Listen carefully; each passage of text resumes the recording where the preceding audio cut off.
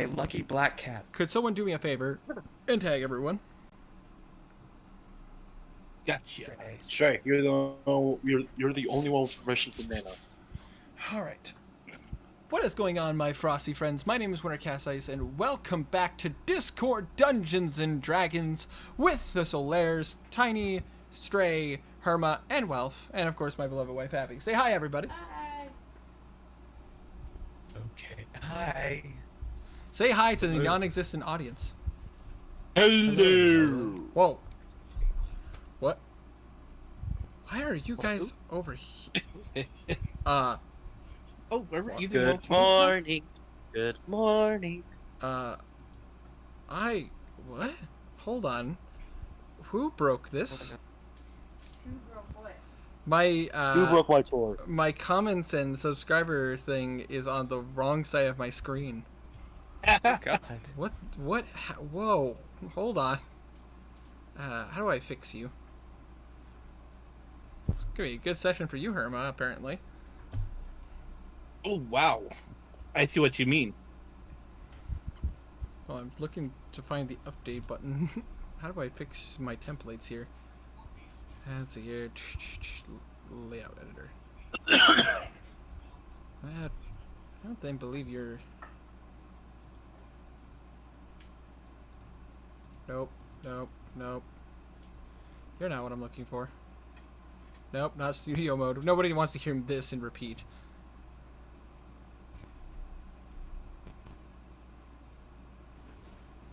Oh boy. Go away, you. Well, get on the rolling action. Nobody needs to see my Streamlabs information. This is gonna be bad. Apparently, yes. Me and Tiny roll of crap. The barbarian Wow, and the artificer got the highest rolls. God. This is gonna be sad. Lucky. Lucky on the.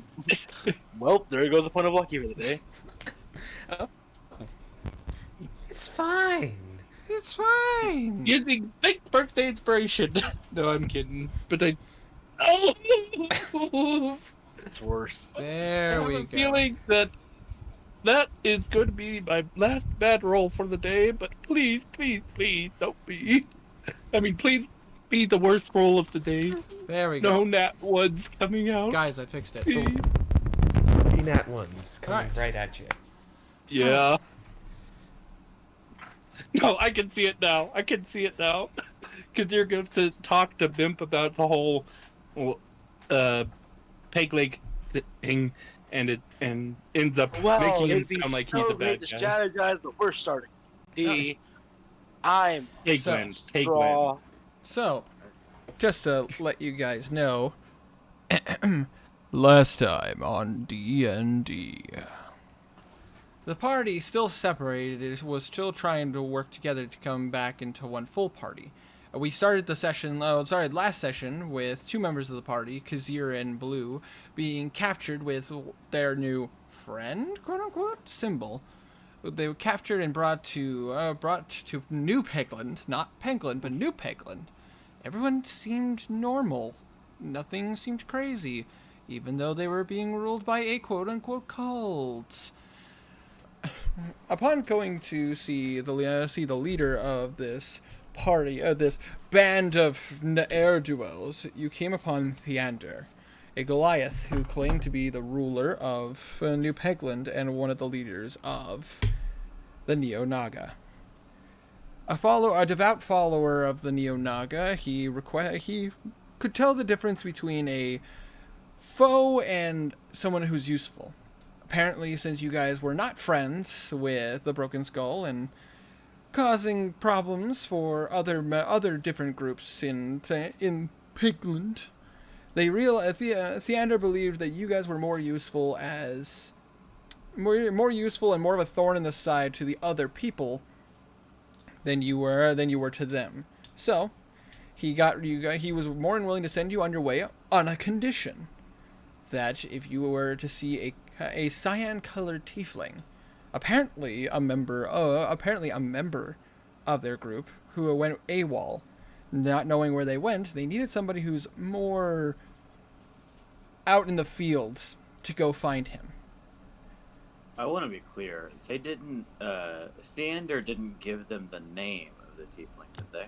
Nope. He did not. He did not, because he Just- basically he commented cyan-colored tiefling because that is rare enough. Okay. Because cyan-colored tieflings not a common thing. Understandable. To most people, the majority of tieflings are red because they are made in Asmodeus's image. At least that is the majority. of them. Asmodeus. I grew up with Asmodeus, but I know the proper pronunciation is Asmodeus. It's something that I need to work on, and it's going to take a long time because I spent years calling him Asmodeus. That's what my dungeon master called him, and we were both corrected. Well, I only know it's correct because of Supernatural. I know. Well, I mean, I didn't know that you knew that by that. I knew it because I heard Matt Mercer call it Asmodeus, and I'm like, is that the proper pronunciation? And I looked it up. I'm like, well, don't I feel sheepish? But Good. you guys, you guys started to make your way. Okay, you guys decided to go into town to visit some old friends. You visit Tom at the Tom and Tackle, and his pet cat Jerry, whom you haven't seen in quite some time, and that is where you are. And that is received some information. But you were, of course, being escorted through the entirety of town by a unwanted fellow. But going through town, you realize that not all was going exactly as you assumed it would. You went to the Clockwork Inn where you saw Videl, who basically gave you a tidbit of, we're nobody's doing good. However, because you're trying to tell Blue that something was up, your unsavory friend overheard your conversation, and apparently Tom is going to get a talking to, quote unquote.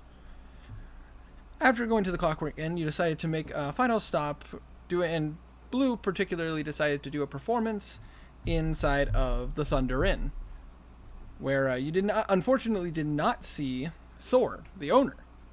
Upon talking with the Calico Cat the Calico Cat bartender, he took Kazir down, speaking in Draconic, to where the wine storage was, and after a quick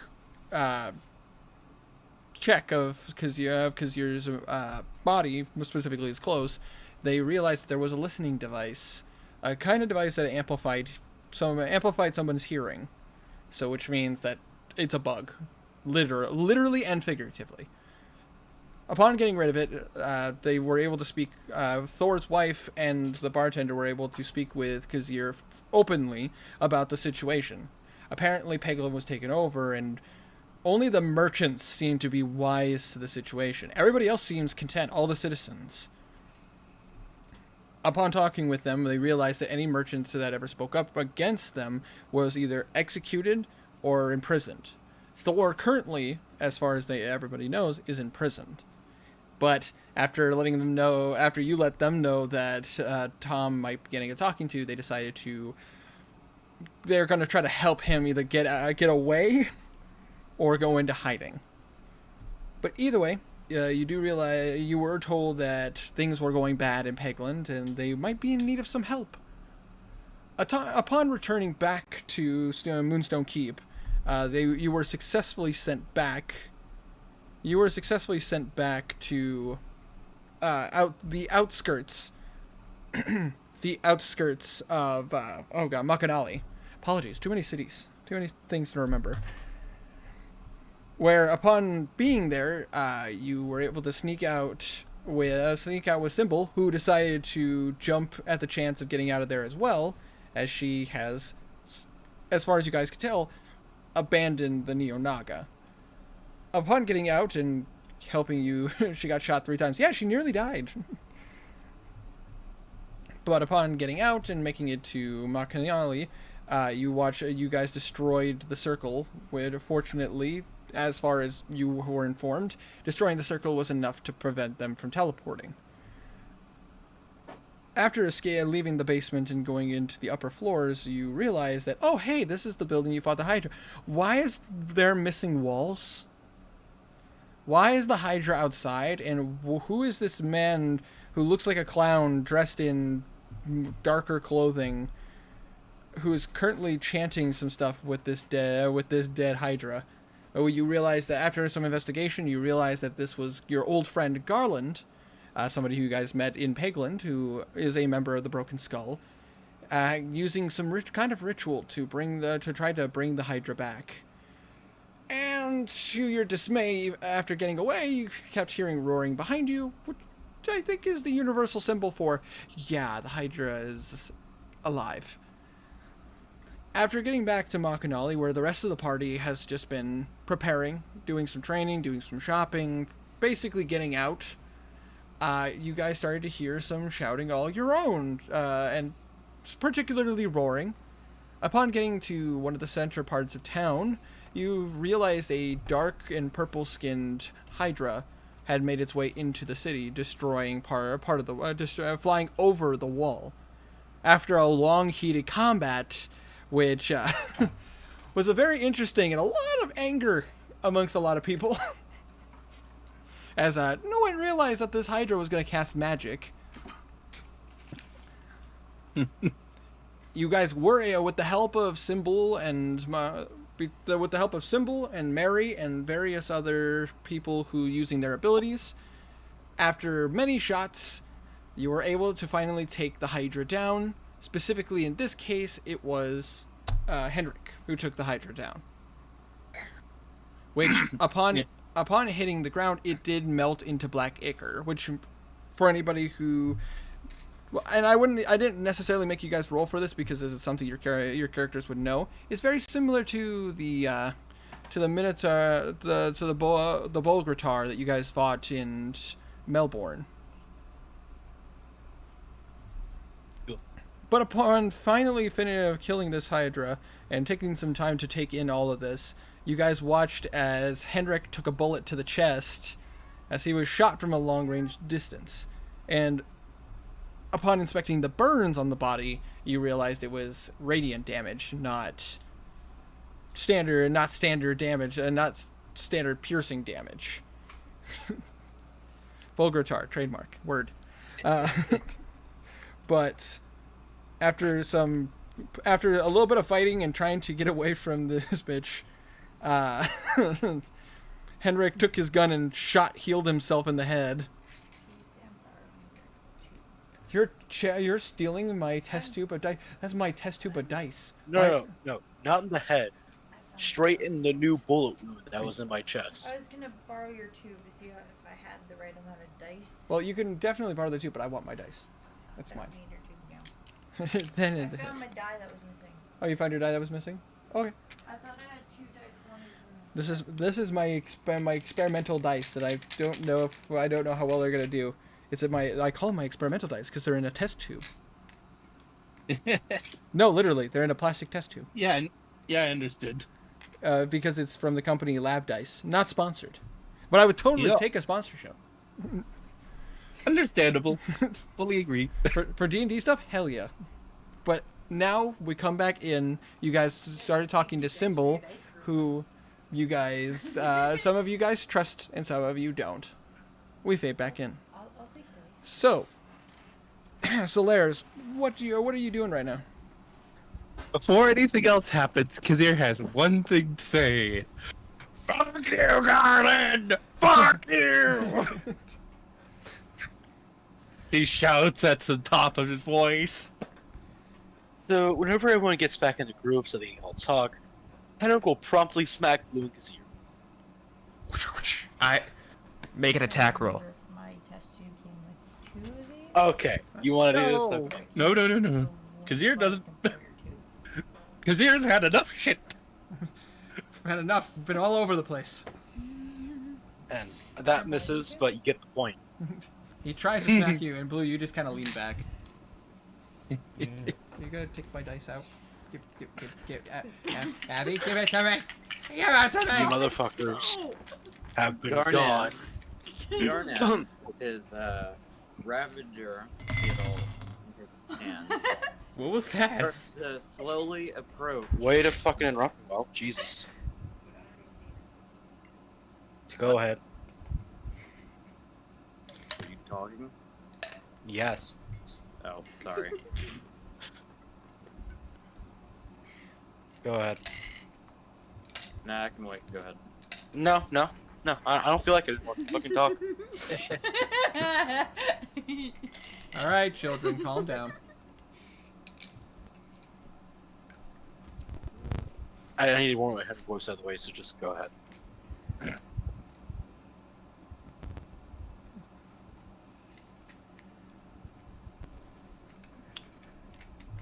Well, this is awkward. Someone. I think that's look. You two have been gone for 2 fucking days. You had us worried as hell. And whenever you come back, you bring us a goddamn Hydra. What the fuck? Blame Garland for that. That was the broken skulls. I will do it. God, I cannot be hearing his voice right now. Jesus Christ. I took him out. I should put him back in. This is not the time, Abby. We're currently in the middle of dialogue. I... We're in the middle of dialogue. Bim. Shit your face. Shoot Bimp in the face. Noted. How much are you healing her for? I don't have any spells. I'm not so you're shooting. I just straight up shooting her in the face. Here, Bimp, I'll heal you. Goosh. Oh my God, Bimp is dead. Real bullet. And to be fair, this is a mishearing on your part. I said shut your face, not shoot her in the face. Shut your face. I'm here for the music. Shut your face. Where's my money? What? Hold on. Your money Thank you. is in those buildings that are destroyed right now. That one's still sizzling. Henrik, Yep. look at his arm. Blue has his arm wrapped up with cloth. But when So he was can't in really- when he was in giant form, he noticed. Yes, because I let it slip down a bit to show the Hydra, Like the Hydra cares. and then wrapped it up. Like, You have some Your pretty arm, skinny bro. arms there, boy. Boy. Let me see your arms, bro. No. Doesn't have the same Really? ring in Norwegian. Are you trying to give off like this road warrior vibe with that cloth you have on your arm? Cause I will say He's it's got working. That's something pretty on his good. arm. I saw him when I was 16 feet tall. When I was 16 feet tall. When I was 16 years tall, I saw it. Go giant garden. Garnan attempts to grapple Blue. Alright. Oh. Blue, are you resisting? Yes. Alright. Then I need Garnet to roll a grapple check, so your strength. And I need you to roll in either a strength or an acrobatics check to avoid. 16. Fails. Yeah. Wait, did you say it was athletics, Winter? Oh, technically, Or yes, it would be strength athletic. check. Well, it would be a Ah. grapple check, so would wait, that would be I yeah, but have because plus you're 6 to acrobatics. because you're avoiding grapple, you could either do it by strength or by acrobatics. So yes, athletics or acrobatics. I add Uh, my. I'm in for I had Garnet, my- so Garnet would just be a straight strength check, right? That's a 16. Athletics or not, it's still 16. Yep. So that being said, both got a 16, which you had. To Batcat will use his reaction to assist Garnet. Not sure if that counts. I mean, I guess in this case, well, I would say, no. That's a difficult call because I mean, technically, if the backhat is helping, I would say Garnet would get advantage, but because you didn't say it before the rolls, it would be a moot point. That's fair. Well, that's what he was trying to clarify what kind of check I was making, so he That- would know that he could. It doesn't matter. You already rolled, it's fine. I'm not gonna do shit. I'm just gonna sit back and watch. Bam. Ooh. So basically, as Garnan reaches out to try to get it, he does grapple with Blue, but Blue, because you're so wiry and so, you've been training with Kazir, so you learned how to avoid someone, so you just kind of wiggle away. But it's a close one. Garnan almost had a firm grip on your arm. He could have tore it right out of your socket. Blue, Just I'm wiggle only away. going to say this once. And then the two spindly cords just come out of his hand as Thorn was prepared. Let us see your arm. Blue, you watch Symbol kind of walk up. Don't mean to interrupt, but if they do have a right to know about this. Kazir nods. Yeah. We don't need it to hear anything from you. You tried to kill us. You're right. I did try to kill you, but you guys also killed the only family I had left. So Well, that was... you tried to kill us first. Well, Yeah. whatever she did, she And also so- tried to save me and Blue. Kazir kind of interrupts. Blue looks around looking for Mary. Mary Just is see Mary, what- Mary Uh, is there. Winter, Yes. Blue, Hmm. Did you hear what Garnet you don't said? want to talk to Mary. You don't want to talk to Mary right now. That's suicide. for the He's capital. probably stomping her way Alright. to Blue. Well, I can see her. What? Blue, you. Wait, Clar- please. Clarify, Wolf. Fine.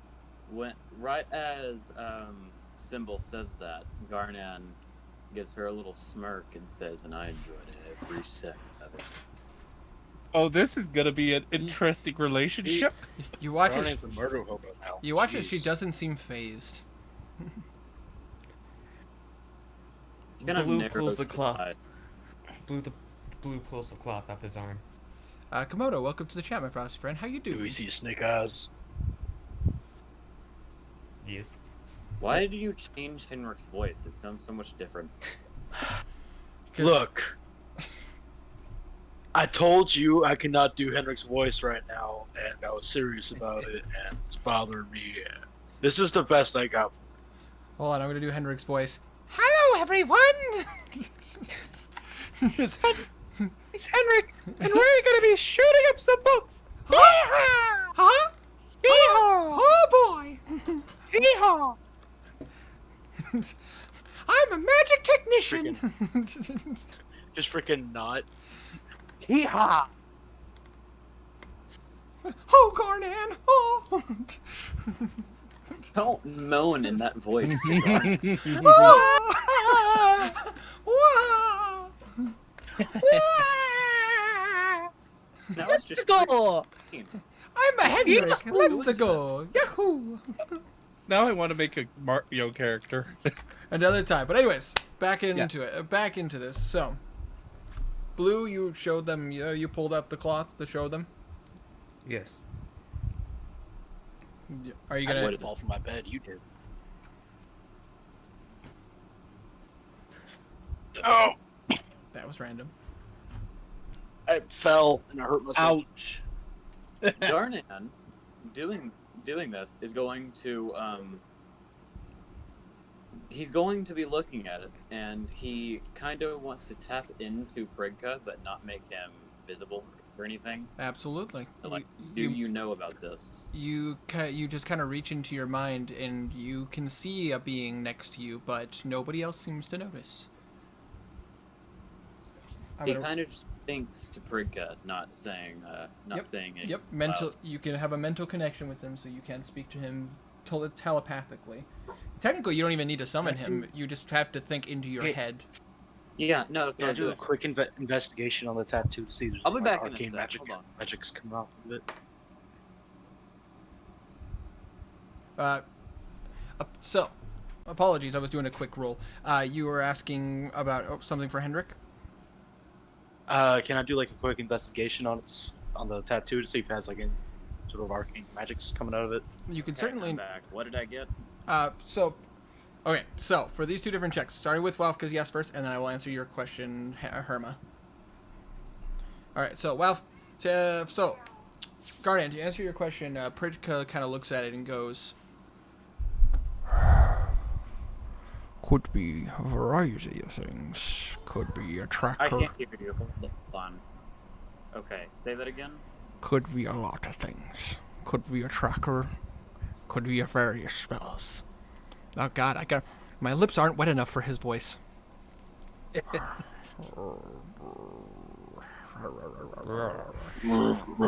Well, here's the thing.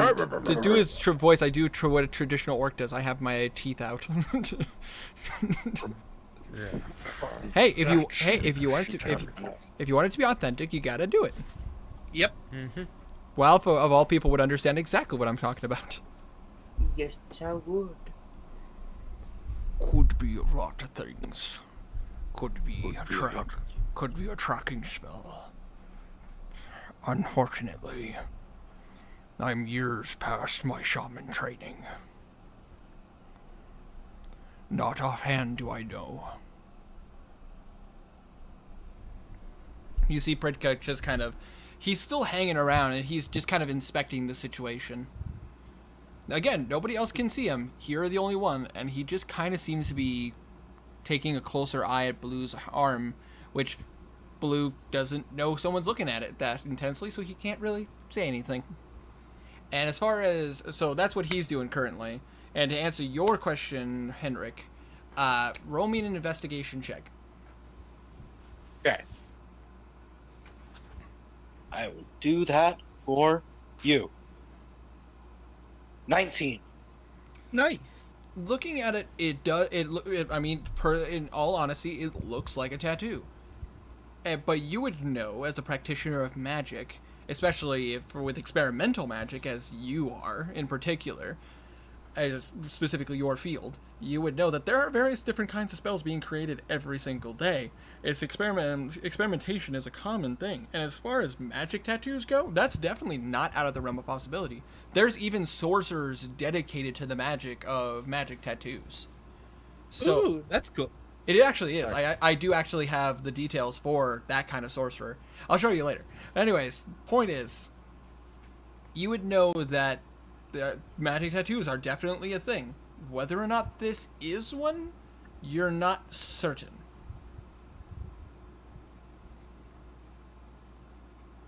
But definitely a possibility. Does this tattoo have a mouth? Yes, it does have a mouth. Can I intimidate the tattoo just full of secrets? Speak your tattoo. I know you can. Yep, Sorry. the Bard of Ink is another thing, Blue. Oh. The College of Ink.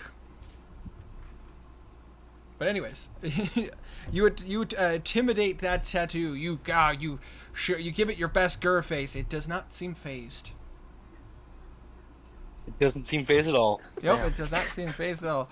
Can I use my act adorable? Yes, you use act adorable. You use your gnomish powers to just be adorable. That's a tattoo, but I don't know what it's tattooing. Wow. Wow. Everybody take 1 point of psychic damage. Oh, I wanted to ask, can Kazir search himself? Like, make sure there's no listening devices or spying things on him? Absolutely. Roll a quick investigation check on yourself. My investigation is, let me double check, because I'm an idiot and I can never remember. Oh, don't feel bad. So there's a reason why most of us keep our sheets next to us. No, not intelligence. Investigation is plus 4, so 14. You search yourself up and down, thoroughly checking all the spaces that you would think it would be. And as far as you can tell, there does not seem to be any listening devices.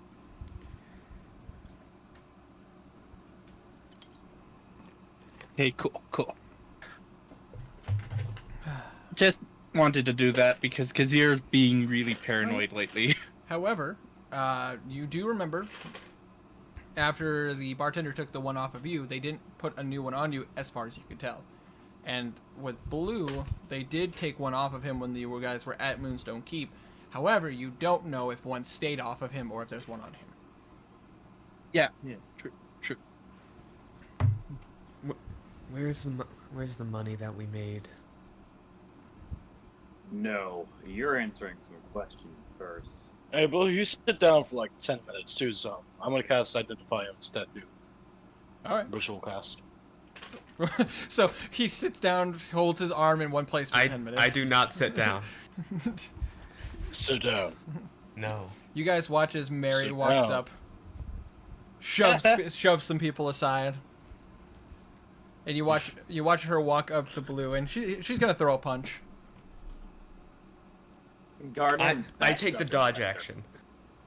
Okay, so with a dodge action, that's a disadvantage. Yes. Good, you avoided a natural 20. Can I use the Ooh, assist action does- to does- give her advantage does against the disadvantage? Does an 18 hit? Winter, can I use the assist action to negate the disadvantage? Because you wouldn't have seen it coming, and you would have probably been trying to get out of the way. An 18 does indeed hit. All right, you take. Well, she doesn't have. She isn't a monk, so you're not going to take like a ton of damage. However, you were still going to take 4 points of damage as she punches you across the face. All right. Oof.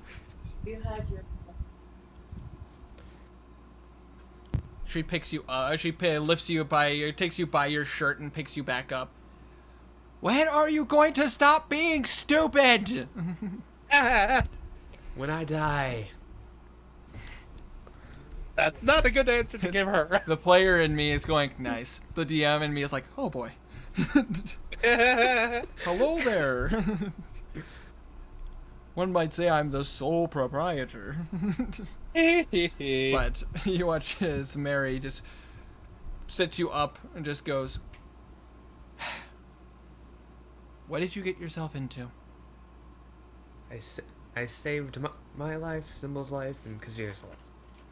Sure. While Blue's distracted talking to Mary, can I try to stealthily ritual cast? Yeah. freaking It takes Identify on the It stat takes too? 10 minutes to ritual cast something. I'm going to try to stealthily cast it for 10 minutes, okay? One conversation is gonna last a minute. Someone just talk to him a lot, okay? Just be a real pest. So, how's the weather? Oh god, we're going How into is deep the weather boring. in the desert? Just Mary just kind of looks at you and goes, I understand that, and I can respect that. I am a cleric. I can respect that. However, you didn't answer the question. What did you get yourself into? We ended up in Pegland. And apparently, Pegland has been taken over by cultists. She gives you an eyebrow. Cultists? Are you talking about... As she jerks a thumb towards the direction where you guys came from. Yep. Hey, remember me talking to you about Garland? About how you should have killed him? I think about that. I think that way with every clown I meet. That is the person who sent the Hydra here. God, I hate jesters. Yeah, it was a compound. What did that little blue tiefling do to her? Shut up. She's not in this world. She's from another dimension. Things are not going to get a little weird or a little wild.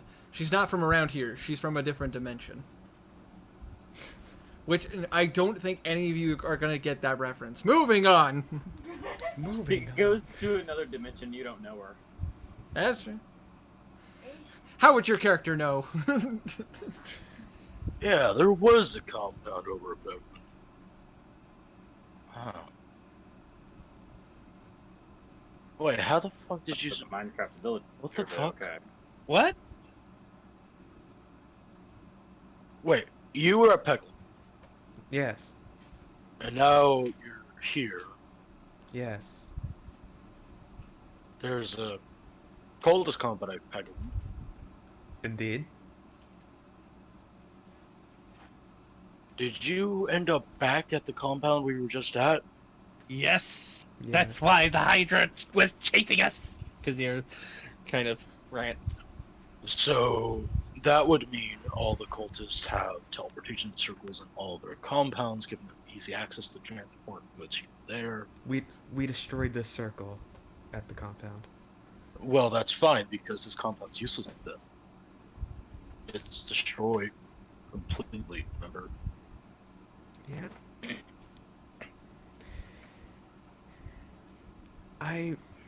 We Better question is, how the fuck are you alive? I made a deal with the first person of the Neo-Naga.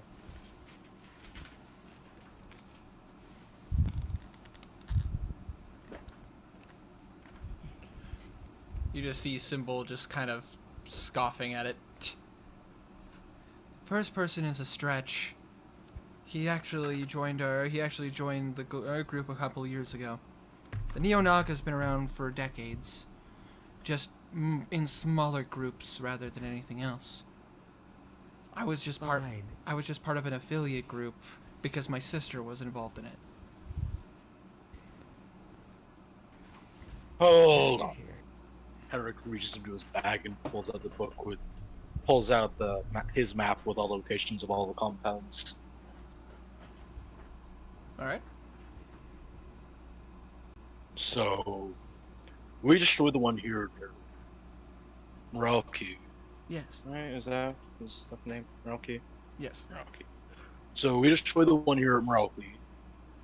There is another compound over at Peglin Street, just that. Then there is 5 more everywhere else. Well, technically there's an update to that as she points to the one you have in where it's at Cobalt Hall. Now she points to the one she points directly at Pegland. Now there's one in Moonstone Keep.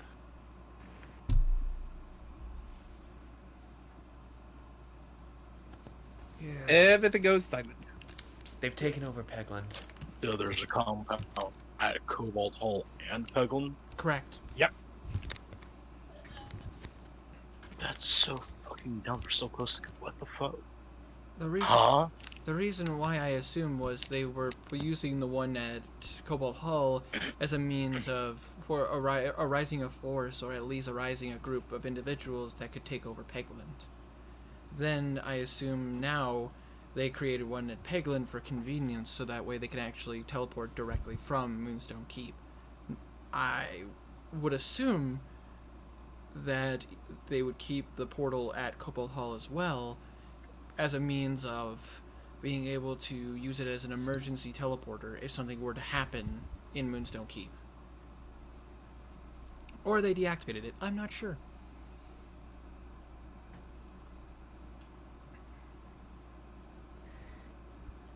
Pegland's in trouble. If you don't know anything, why the fuck are we keeping you around? Well, because I do have relevant knowledge of all of the different locations for the Neo-Naga. I was their keeper, and I'm also a clairvoyant.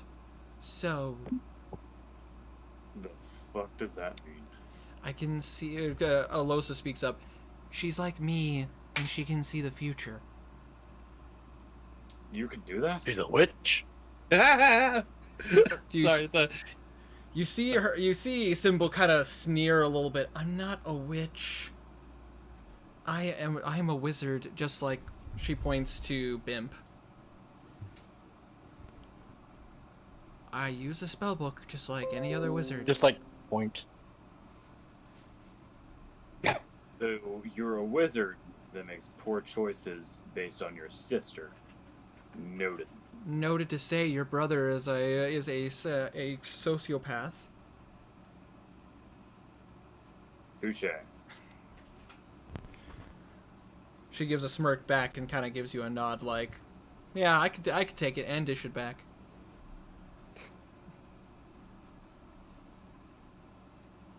So, You know about me. Oh, You know yeah. about my brother. yes, I do know about your brother, Ezrin, who is currently working on projects that I don't deem humane.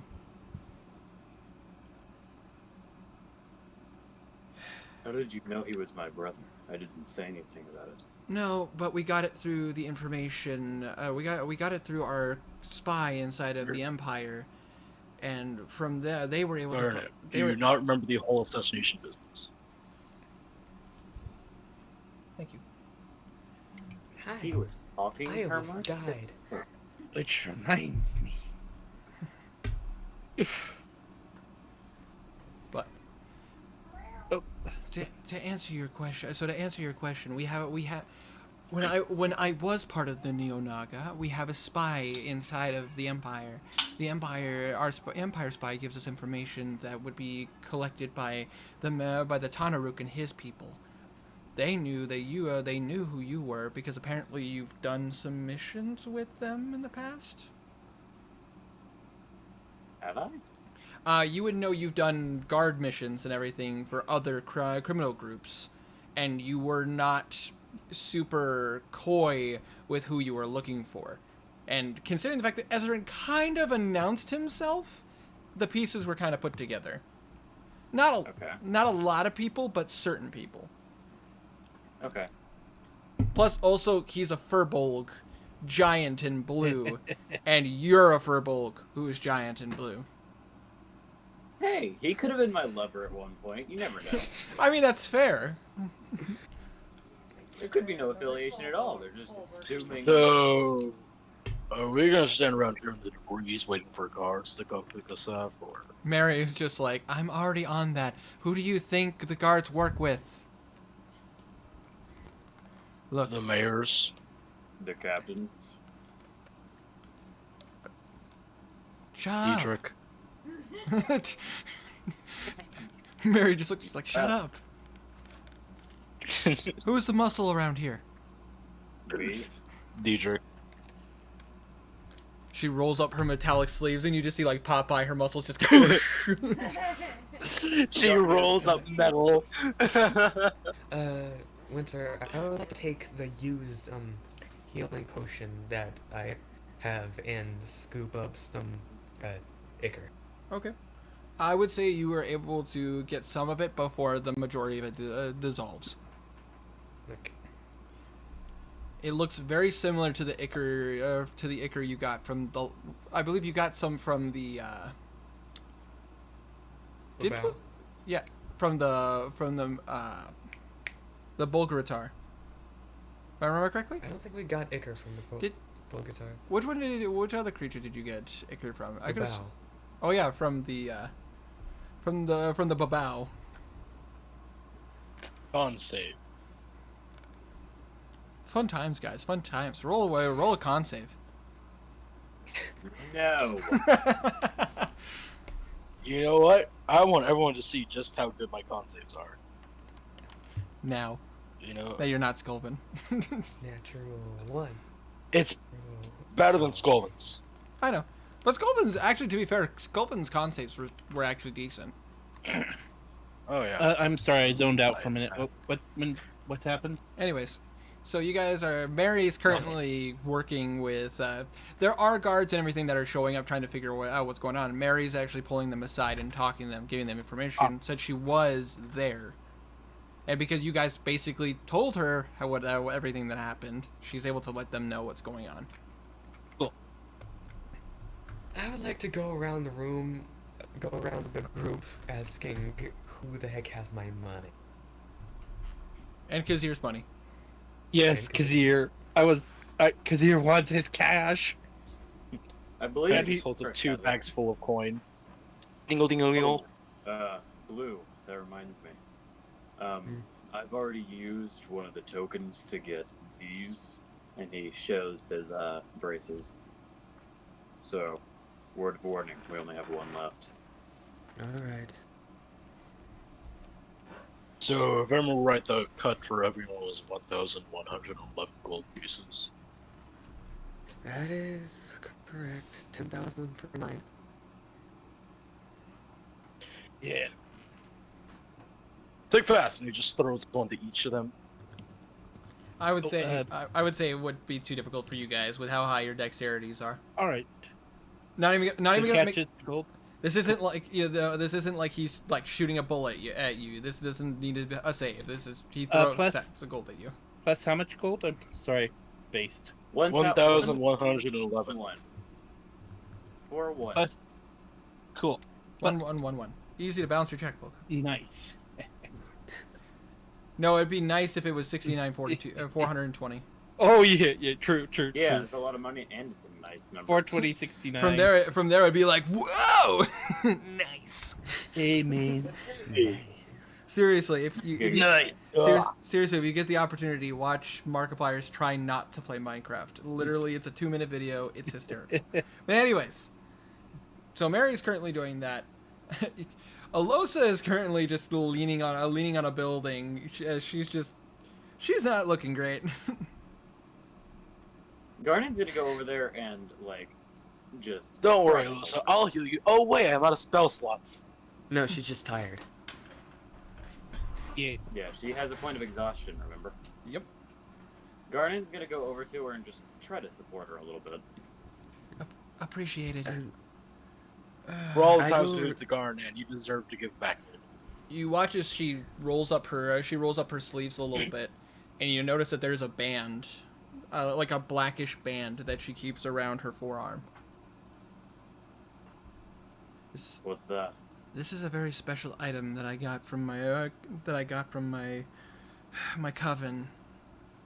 It's something that I should only use if something is so dangerous that it needs to be avoided. It's a band of counterspell. Oh nice. And it exhausts you. Yes, every time I rely on the band, it gives me a point of exhaustion. How many times per day can you use it?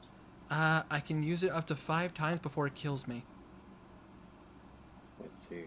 Basically, the band was designed that you could give up your own energy to use the counter spell. However, the side effect is every time you use it, you get another point of exhaustion. She could technically use it up to 5 times, but the moment she uses it 5 times, she dies. Oi! Because 6 months of exhaustion is what kills her. exactly.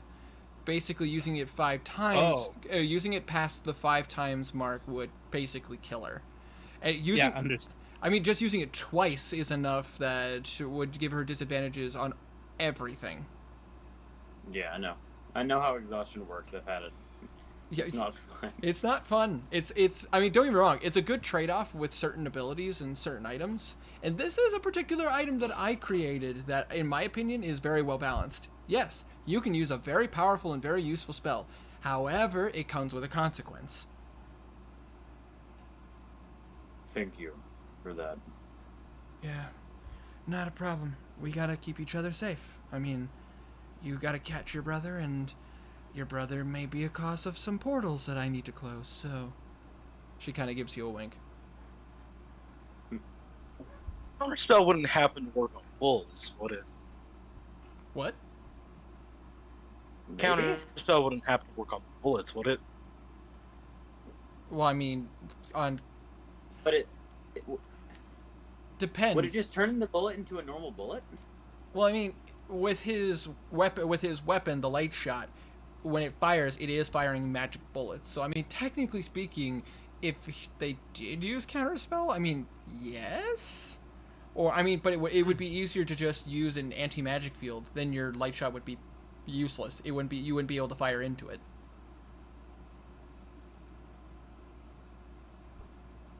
So, I mean, tomato? Yeah. Theoretically, yes. And the Stone of Silence doesn't work anymore, does it? The Stone of Silence, it's currently in someone's pocket. I think Imp? Yes, I believe Bimp is holding the Stone of Silence, is she?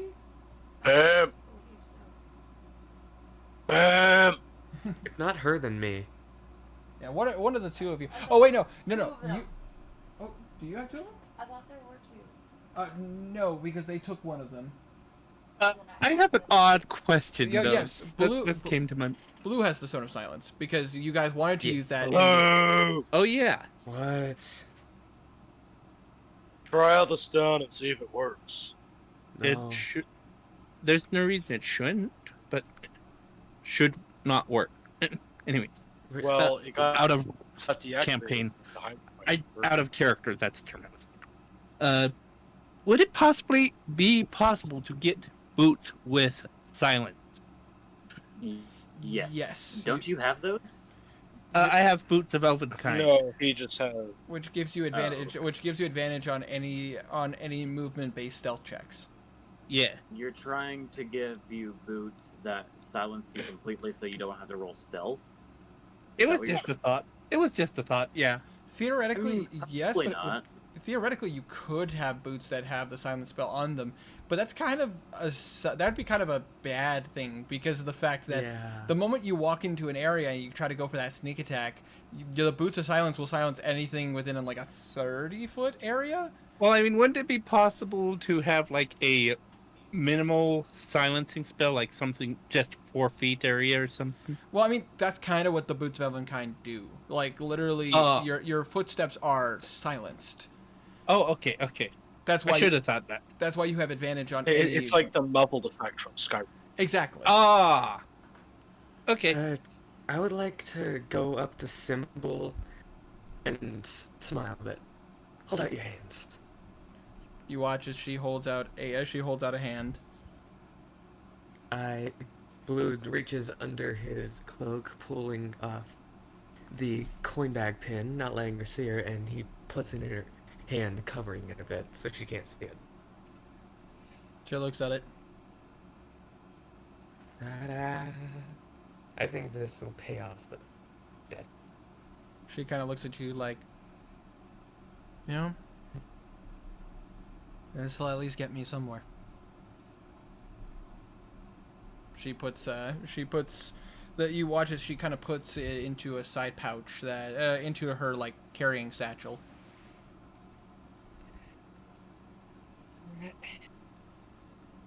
She kind of looks at you all and goes, "Well, I am out of here." No, Die. you're not. She looks at you, and why not? You have information. We could use that. I am also wanted by the people here, wanted by the Broken Skull, wanted by the Neo Naga. I am a criminal of all three. He's meeting you. Well, But technically, so are we. we aren't wanted by the city you were on.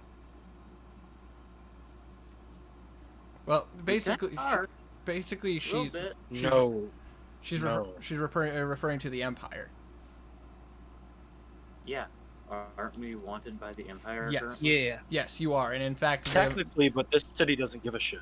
the mayor has looked at you and noted that you guys were wanted. Well, everyone except Henrik. Henrik is not wanted by the Empire. Looks fine. Yeah, so technically, so we just- are wanted here too. No, we're not. The mayor's literally said that no one's going to turn us in. Literally. Well, she helped us too, so, I mean, Look, just shit. look, I scooch her. look, Push. I'm a knowledge keeper. Literally, my entire job was to create logs and information for the Neo Naga. I was not involved in the killing of anybody, except for if somebody broke into the compound, which is what you guys did. I have no deaths on my plate, with the exception of some creatures that I've had to kill in self-defense. But as far as humans, my kill count is very low. we could keep you in a bag of holding and ask you questions whenever we need. Garnet, There's limited air in bags of holding. And you Gar- realize Garnet that you can most only last likely 10 has minutes theory in there? That would work. Garnet, you personally only live 10 minutes in a bag of holding. You're lying. Speaking of bags of holding, I'm a No. fucking magic technician. You think I'm lying? because you're speaking of bags of holding, can I get one? Sure. Henrik farts in a bag of holding, falls underneath him. I believe it takes you time to make a bag of holding. Thank you very much. No, let him do it. It just funny. it just fabricates out of nowhere. He just Whoa! shits it out. No, I, Henrik in the middle of the street Hey. just pulls down his pants and just Give me a minute. It's not wanting to come out. oh god, it's a growler. Oh, I think this is Just they don't have a laxative. I'm not gonna stop till you puke.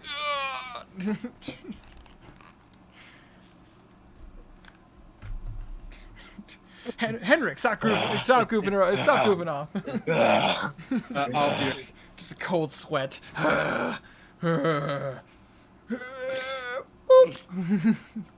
In actual, yeah, I'll just make one later. Just.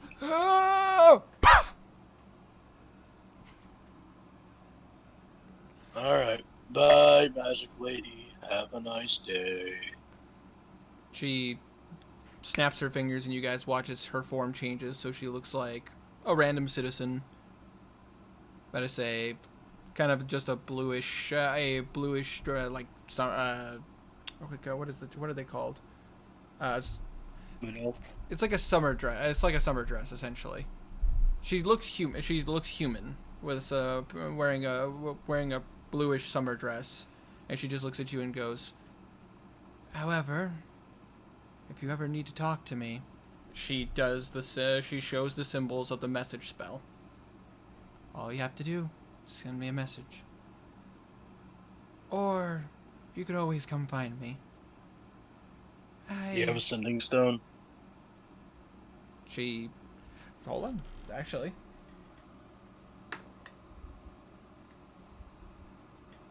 She tosses a stone. I catch the stone. She looks at you with one in her hand. Roll a dex check. she pulls out one from her hand. These were from the Neo-Naga compound. Careful, they also have these. I'd also write a symbol on it just so you know who I am. I'll do that later. She starts to walk away. I'm gonna go. Hold on, let me just save you in my contacts real quick. Well, Here's a little drawing of me to put on the sending stone. Well, every sending stone is specifically designed for another sending stone. Like, it's not like you can just go like, okay, hold on, click, go to type in a new number. Like, every sending stone is specific.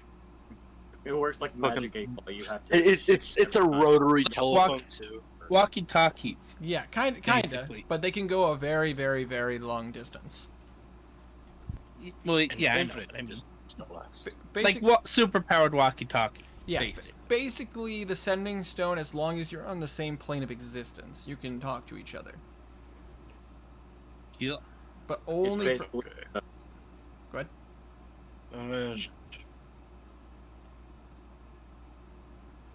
ahead. Excuse me. phone with Sorry, I don't know service literally everywhere. As long as you guys don't go Yeah. to, I don't know, the Feywilds or the Plane of Fire or anything like that, or the Astral Plane for that matter. As long as you guys don't go, It just functions like the sending spell, but limited to one person. pretty much, and it is unlimited as long as the other person has the stone. Mm-hmm. I'm gonna go make 2 items real quick. All right, about to say, you do see Mary walks up to you guys. Hold up. We do need to go see the mayor, so that way we can fill them in on what happened. As she points to the wreckage and damage to various buildings caused by the Hydra. That is all you guys. I'm taking her to get some rest. And he kind I of. have stuff I want to do, so just take my card. I don't Did you just say take my car? card. He has a business card. Henrik, I'd like you to roll an athletics or acrobatics check.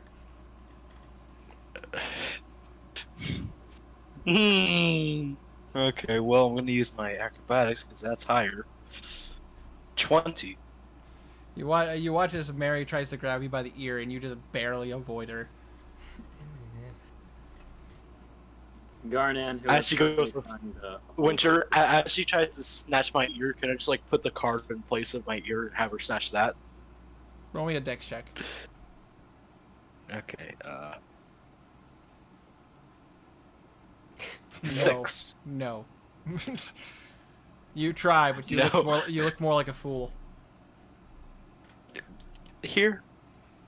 Anyways, Gardan tries to. Garnan, who is currently holding Alosa, trying to support her, says, "Oh, I gotta go take her to rest." She looks at you and looks at Alosa, and she sees the bags under her eyes. You're okay to do that. Just make sure she gets rest. We'll probably have a guard or someone come over and get a statement from you guys. Okay. You know what? He's just gonna pick up Alosa completely, and Alosa is not going to fight this because she is tired. yep, no, he is just gonna completely pick her up and However, you do see Jiren staring at you. who? I'm an idiot. Can I make? I forgot to was unmute trying to myself. say something, Herman. Sorry. Jeez. What I said was. Shut up. What I said was. Say that What I said is that she does not fight this. She will lay and accept this. However, Jiren is on her chest, staring directly at you. It's okay. You know you can trust me. Jiren just Little protective evil boop doop boop. you just watch as his as Jiren's tongue comes out and just. I'm not It's a going. pack spirit. It's gonna do whatever the fuck. It doesn't matter. It's not gonna bite you. Oh. It doesn't look like it's gonna attack you or anything. It's just staring at you. Okay. Well, I'm gonna continue going. Right, you do that. You walk and there No, doesn't. I'm Nope. just gonna arcade Alosa. It's not gonna bite you. It bites him. It's a flying danger noodle. But anyways, Can I just make magic items while we walk? Mary looks at you. Can you make magic items while you walk? I don't know. I'm fucking asking God if I can. Give me a sec. Jeez. Realistically speaking, I would say no, because of the fact that you would need time and concentration to actually put the magic spells and everything into an item. If you were like on the back of a cart. Okay, well. God said no, so I guess not. Well, I would probably listen to him. As a cleric, I do support that. As she starts looking to all of you. Let's go. Damn you, Onward. DM. You do notice that Philman and Karik are nowhere to be seen. Oh. Bellman! Karik! If I have to go, so do you. Well, if you guys remember from the last session, as I did comment on this, They Car- nearly died. they were the last thing you heard about them is they were chasing down somebody who was shooting at you. Oh yeah. God damn it. I didn't hear. The shooter can wait. Get over here. I flick him. You roll an attack roll. Rolling an attack. 5. Wait, you're grappled. No, he Wait, what? Oh. was able to avoid the grapple. He tried to put the card in her hand, which it did not work, and he looked like a Ah. giant fool. Okay. You look like a fool. With the pants on the ground. Let's Give it go. up now. Hey, pants on the ground. Pants on the ground. Let's go. I'd say that meme might be too old for you guys. It is. You're an old man, Winter. I hope you know that. You're darn right I am. So, You playing with a bunch of kids. It's Weird. It's a very So- weird experience, but what can I do? But so you guys follow Mary to go see the two leaders of the city, Goltis and Daldir. Yes. Boulder. The Boulder. He is conflicted about fighting a little blind girl. The boulder is now over his confliction and is ready to bury you in our rock avalanche. Sad that I only get that reference from memes. I know it because I grew up with that How show. dare you, Stray? You need to watch Avatar right now. But I hate watching long series That because I always binge doesn't watch sound them. like an Avatar. That doesn't sound like an Avatar. It is an Avatar reference. It's the boulder is from the underground wrestling ring, which he's a reference to The Rock. Yeah. Well, guys, we need to He's, push forward. by far, he's one of my favorite characters. Think we'll make it through. We just need Yeah. to push forward. But here we go, walking now. Come on, right now. Let's go. Onwards. Yeah, I can see Blue standing in front of everyone, like, come on, let's go. We're on our way to go. We are going down. Mush. Onwards. You guys start making your way through the city. It doesn't take you guys too long. There does seem to be some crowds forming around the area that got damaged, but with Mary and a couple other guards and paladins who are just kind of walking around there, keeping everybody away. You guys start making your way towards where the keep is. Doesn't take The alchemist shop. No, not the Alchemist shop. We're not going to go see Alchemist Dude. That's Uncle Dude. He's an Alchemist Dude, but he's Uncle Dude. He makes some pretty good coffee. But you guys make it to Daldir and Golmtist's. Their keep, the Makanali's keep, which I don't believe I wrote a name for. It's, It's the keep. The keep. The keep. Moving on. You guys go. You guys are brought inside where the secretary kind of looks at you and goes, "How can I help you today?" It just Mary steps forward and we points thought at of fucking that. Mary just points at the door, and you watch it. She's just like, "Ah, I'll go see if they're available," and she walks in. You really don't like her, do you? No, actually, we get along just fine. It's just, this is the second time I've had to see them in 2 days, so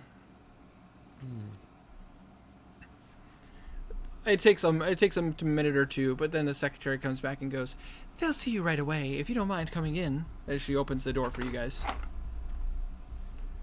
Blue follows with everyone else.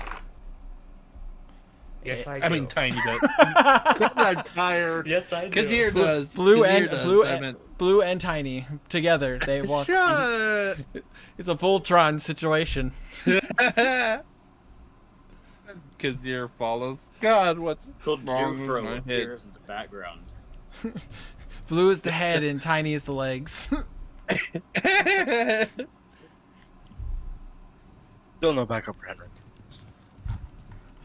So you guys come in and you see that, and Blue and Kazir, this is your first time in here. This is a massive room, like ridiculously huge. Is this my first time being here? Well, technically yes, Yes. because you've never been inside of the mayor's location.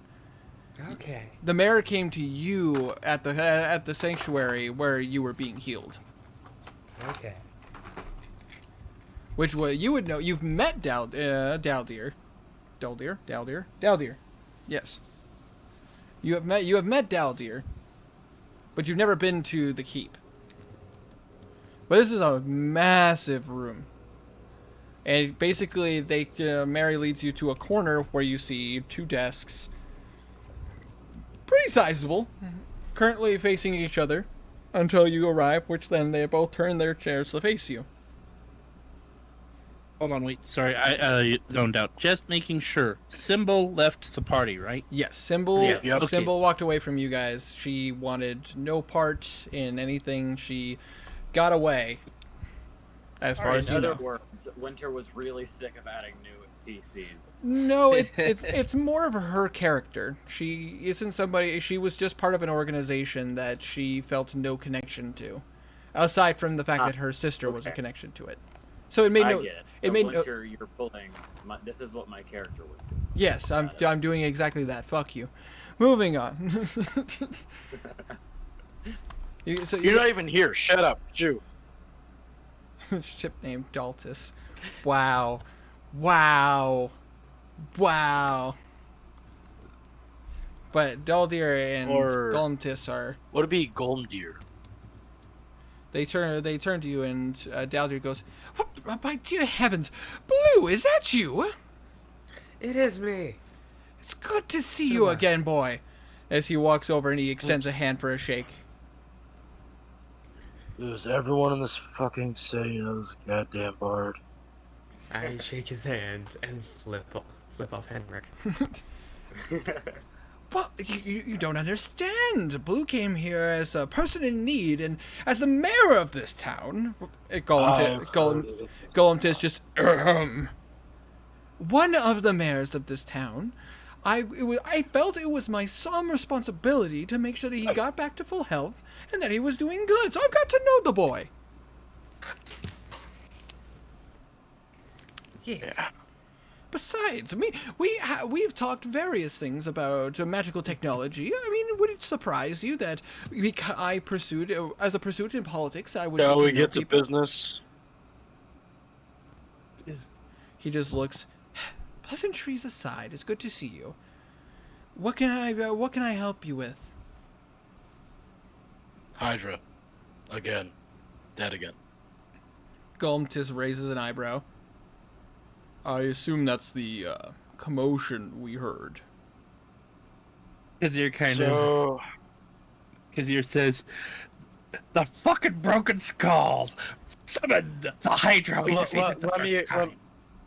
let me explain in simpler terms that aren't...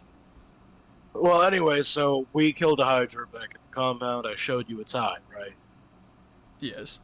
Then the separate organization of which we have no affiliation with somehow resurrected the Hydra. He looks Cut off all its bloody heads. He looked over to Kazir, the broken skull, correct? Yes. So After they resurrected the Hydra, it attacked, and we killed it, and it's dead. Hooray. permanently. I Well, it mean, it melted, turned so into ichor, so I'd assume so. I'm gonna Yes, roll. permanently. This happened before. Anchor, you that say? Are you speaking like a demon? He Yes. pulls out the bottle of ichor. This is a gift for you. He takes it. Truly fascinating. As you see him sit down at his desk and he opens it up and he kind of looks into it. This is demonic ichor. Hold on.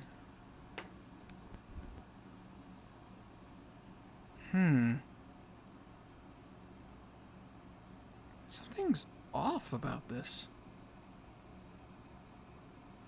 Hold on a moment. As you see him kind of put the cork back on it, as he takes a step away, and he comes back with some. He comes back with a pot that has a bunch of runes on it. And you watch as he uncorks it and he pours out a little bit of the ichor. You guys would know that this ichor would more than likely disappear the moment it came out of a sealed container. And in this particular case, it lands on the bowl and it just seems to stay put, kind of like if somebody poured blood into a bowl. Ah, It's fascinating. You watch it as he kind of mutters some words underneath his breath, and you watch as the bowl's runes light up. Interesting. This is some weird experimentation. Who would think of mixing these? what? Me, Kazir, and a friend were at the compound when it happened. We saw a bunch of people. They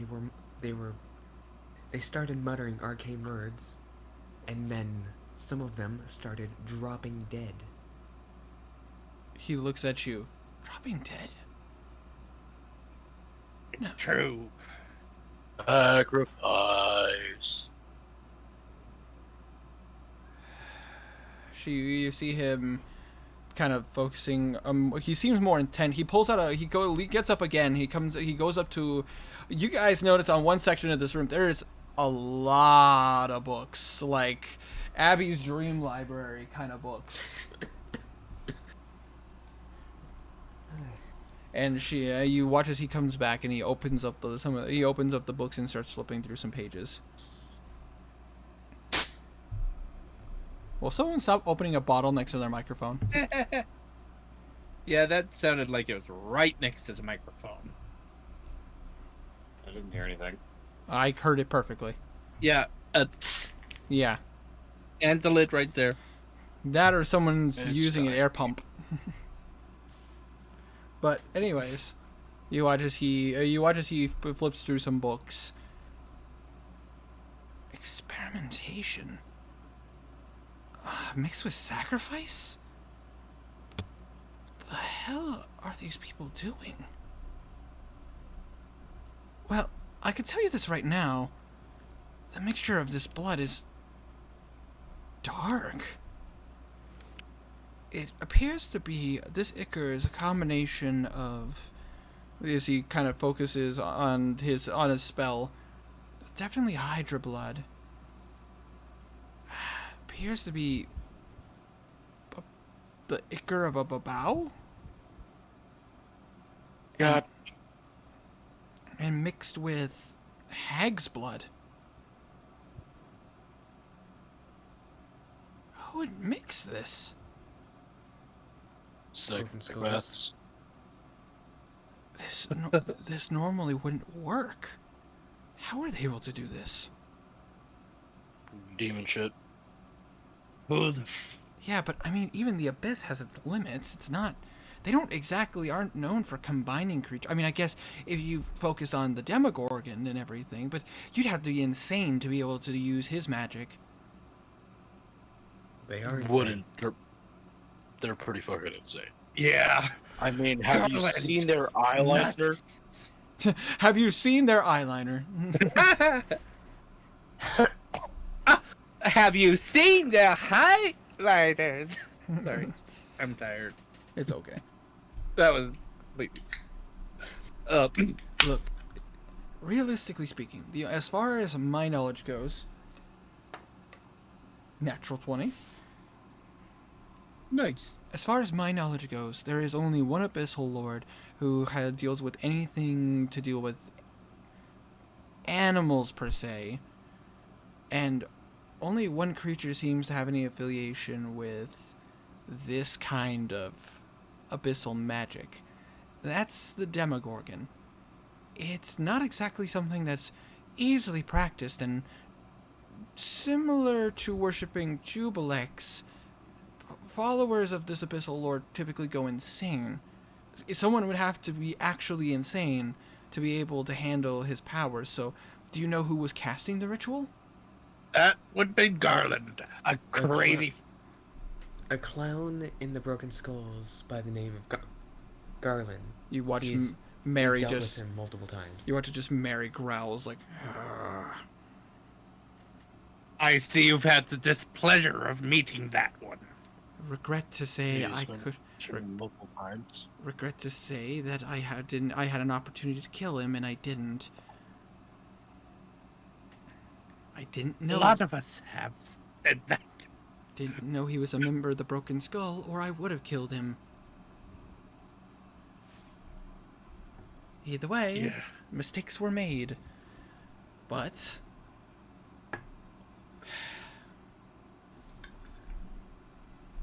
you watch as the guy you watch as Daldir comes back into the conversation.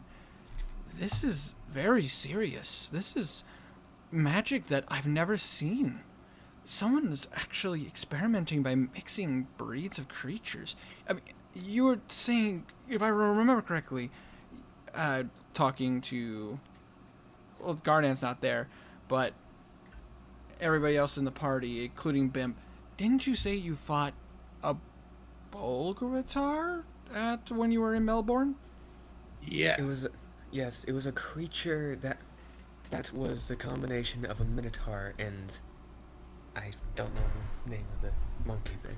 A Bulgara. A Bulgara. A Bulgara. Just think of Ford. Just think of Ford going Bulgara. It turned Icar as well when we killed it.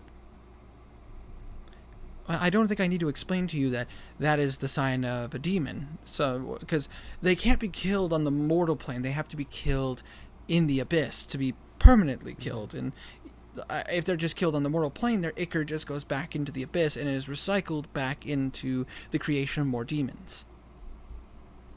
Yep. Because if I remember correctly, one of you killed the oh gosh, blanking on its name all of a sudden. We've dealt with the Babao, a Yeah. Shusava, the Bulgatar, and now the Hydra. You've come to fighting a Shusava and a Babao, and you know that you defeated them. However, you also know that they turned to Ichor. There was no body. That is them being recycled, and you could end up fighting them again. In fact, they could reform with all of their memories back. Oh.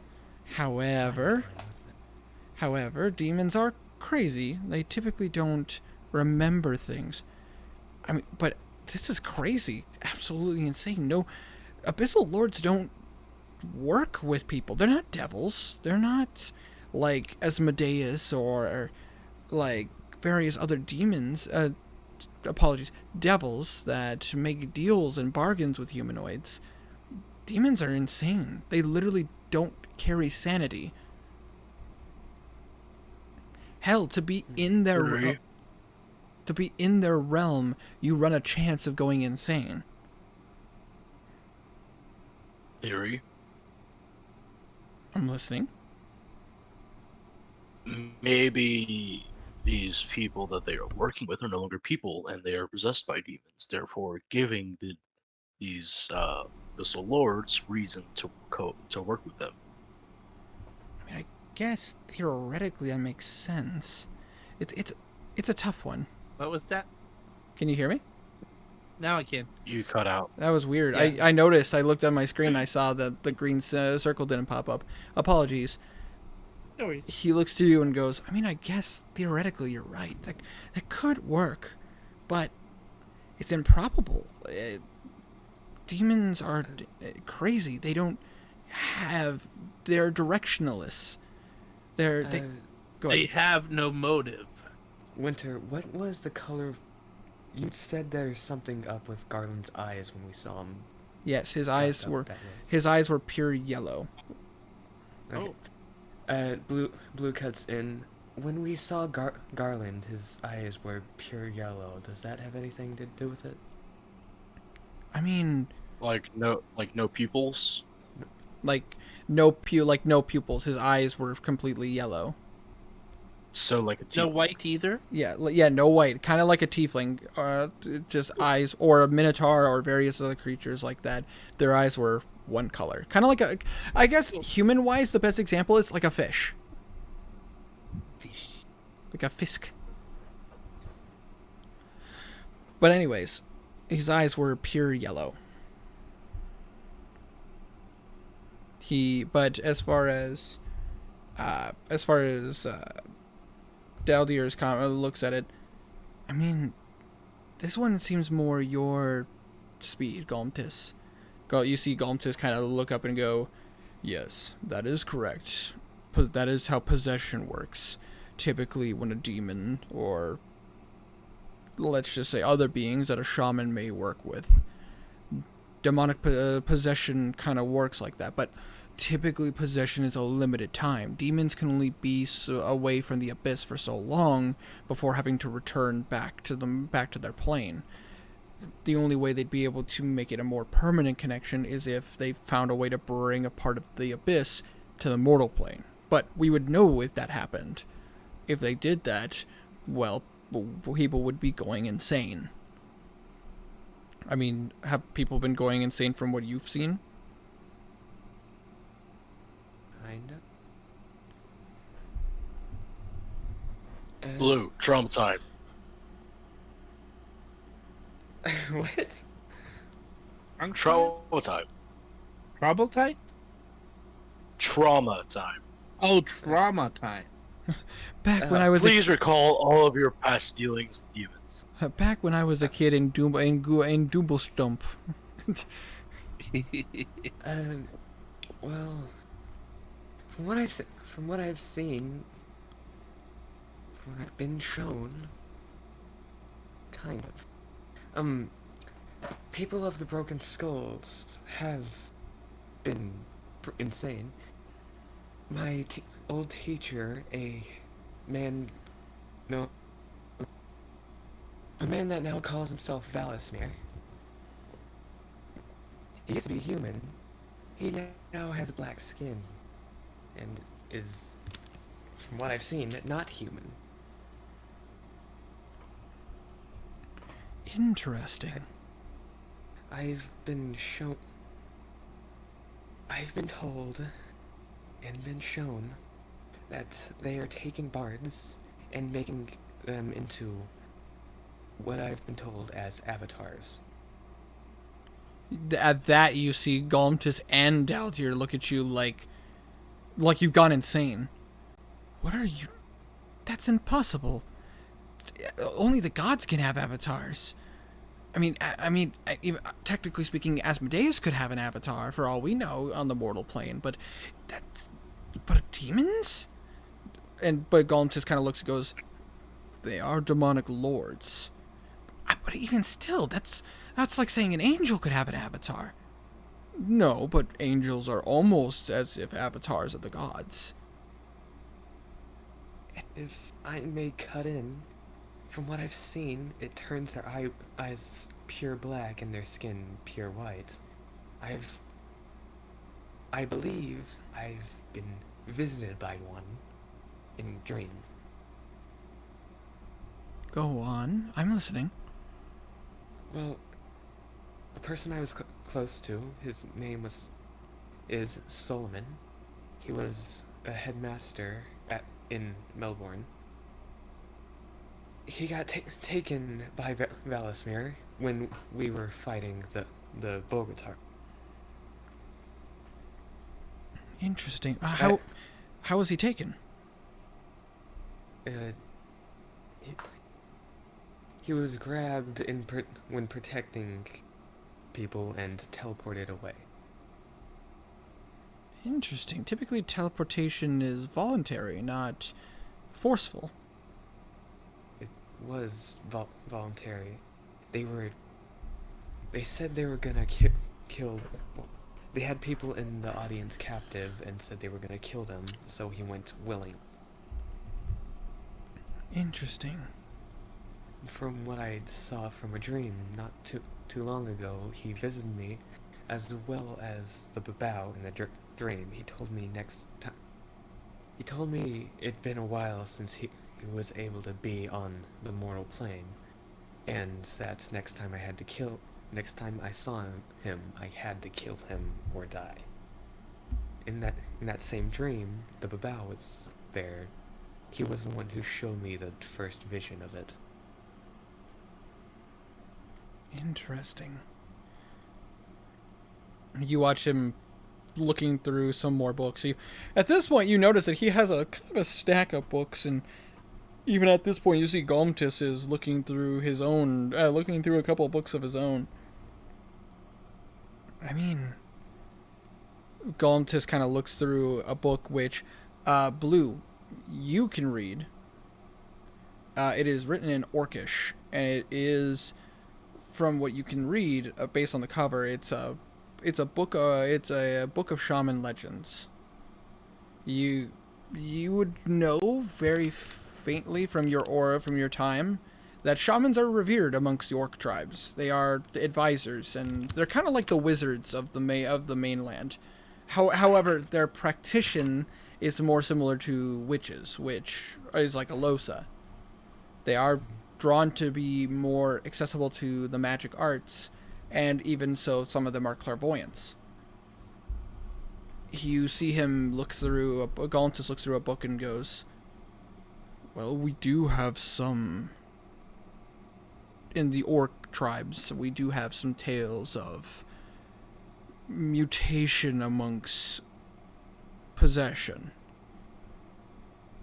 It's complicated to explain, but based on the stuff I have written here, the logs and accounts by people involved, there is a mutation in possession where they could have a permanent connection to the person, almost as if the demon takes over the soul and becomes the being on the surface, but it changes them. They're no longer practitioners of whatever they were involved with. Typically, they become feral. Most of the time, they're merging with standard demons, mindless drones, essentially, if that makes sense." Well, from what I've been told, it sort of changes Bard. They're using the Bard's power for difference. I've been told what they call the College of Fear, College of Blood, and College of the Banshee. They both just kind of nod, going, "Well, those definitely all sound dangerous." Galantis, is there anything to add on this hypothesis? Technically speaking,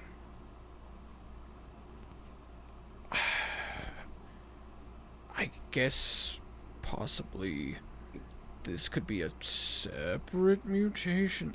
There's too much to factor in. I don't have enough to work with. We don't have an example or a person that's, we can experiment with and find out more. This is beyond us.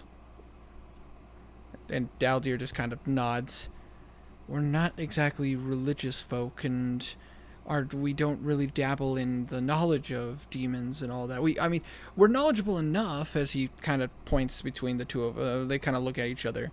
We're studious followers of various magic arts. As a politician, my job is to know as much as I can.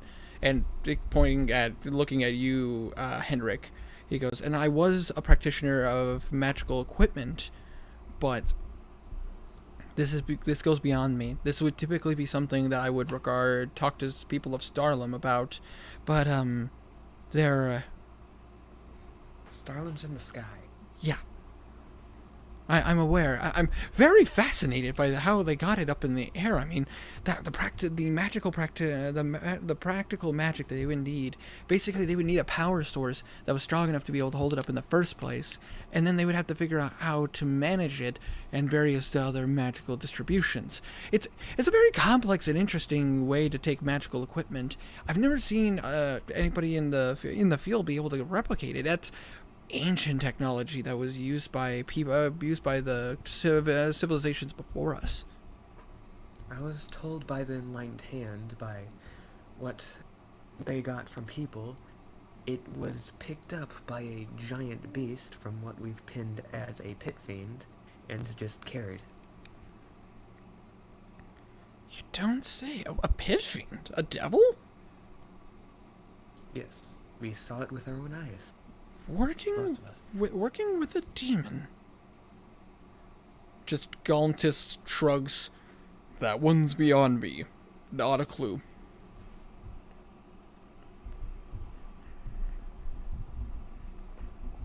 Daldir just kind of sits down at his desk and he's just kind of looking through more books. There's so much to make about this. And people to talk to and contacts I'm going to have to make. I don't know how to do this. This is... He kind of leans back in his chair. How long are you guys planning to stay in town?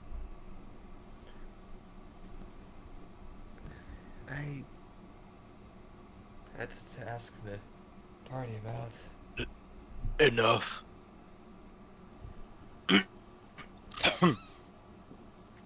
Enough. Enough? Enough. All right. What well, about it? We have a few more quests to do. Well, if you don't mind giving me some time, I can see what I can strum up. Maybe talk to some contacts, send out some letters, and I might be able to get, or maybe even scry and talk with some people. I can't guarantee anything, but I can at least look into this and see what I can find. Alright. I need some time too. Yeah, we all kind of need a little bit of a break. Well, I need to warn Melbourne and Belval what's happening in Peglin, so Oh yeah, what's happening in Pegland? This Peglin was taken over by the Neonaga. They took my cousin Farron? We're not do we actually know sure Farron? what happened to Farron. Lord Farron Marklehay is the ruler, Yes. the ruler of Pegland, and is the leader and the rightful ruler of Moonstone Keep. From what I've heard, he's just up and disappeared, but they have his steward and his wife in a magic concealment dungeon. Good Lord! Why would they do such a thing? I'm not sure why they took over, but they've got all kinds of shit going on. Only the merchants know what's going on. The rest of the villagers seem to I'm not villagers. The rest of the people seem completely oblivious to any change whatsoever. But you guys came out of that. Yeah. Interesting. Maybe maybe some a quick side note. maybe a kind of mass suggestion? Could be. Awesome. Winters. Yeah? Something I want to do real quick. Because they're having a very long talk right now, I am going to go ahead and request identify on his arm. Roll me a stealth check at disadvantage because you are around a bunch of people. I do not try and stop him. No, we have to do it for funsies. That's true. Alright. I want to see how obvious this is.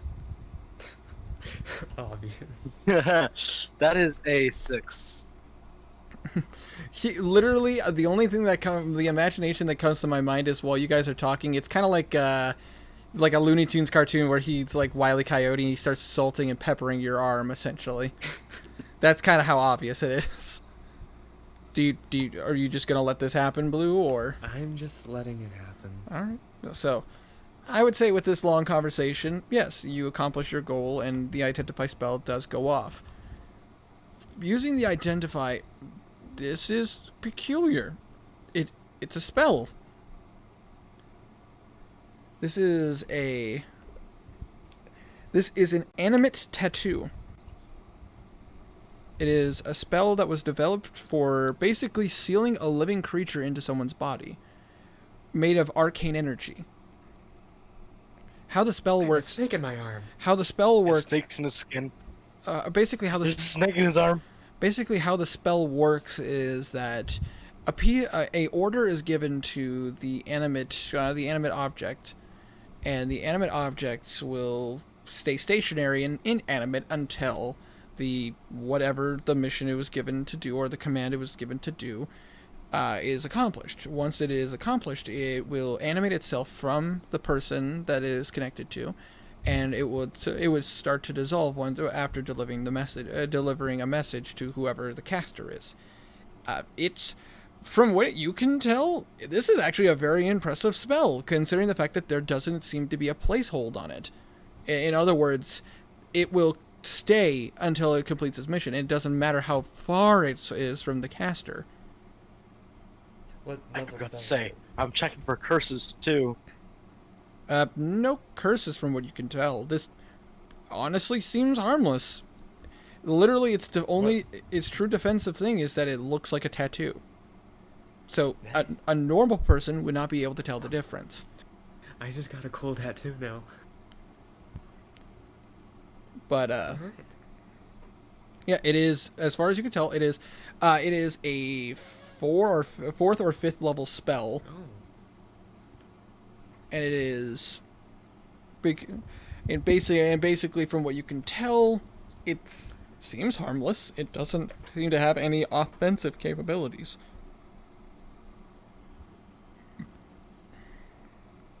It's just essentially a magical Okay. snake sealed on the inside of his arm. Cool. So basically, just making sure that I Henry is just understand. going to whisper.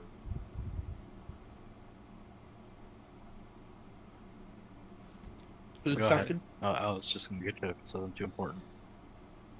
It's. I was just gonna make sure that I understood that it has no listening capabilities other than for the message to be sent. About to say from the identify spell that Henrik that you're doing, it doesn't. The spell doesn't seem to have a capability for the creature to be able to just, randomly look in or randomly hear things. Oh, cool. It's almost as if what it is set with a mission. It is set to do something. Once that something occurs, it animates itself. In this particular case, Blue, you made the agreement to look for a cyan-colored tiefling. So the moment you find one, the snake will activate and it will do its thing. Okay. There is a way to remove it, but it is painful because a common dispel magic is not going to work. It does seem to have a magical protection against just being randomly dispelled. However, there may be ways around that. So Cut off the arm. yeah, Henrik, you would know that. I mean, you would know something like this. At least something of this caliber would be something for like an anti-magic field, or maybe even a not a prestidigitation. What am I thinking of? Apologies. What is it called? I can't remember. Shit. It's how What does it do? basically it's similar to how a greater restoration would you'd be able to remove it. Yeah. Okay, so after I identify the tattoo, I'm going to just silently whisper in Blue's ear. There's snakes in your skin.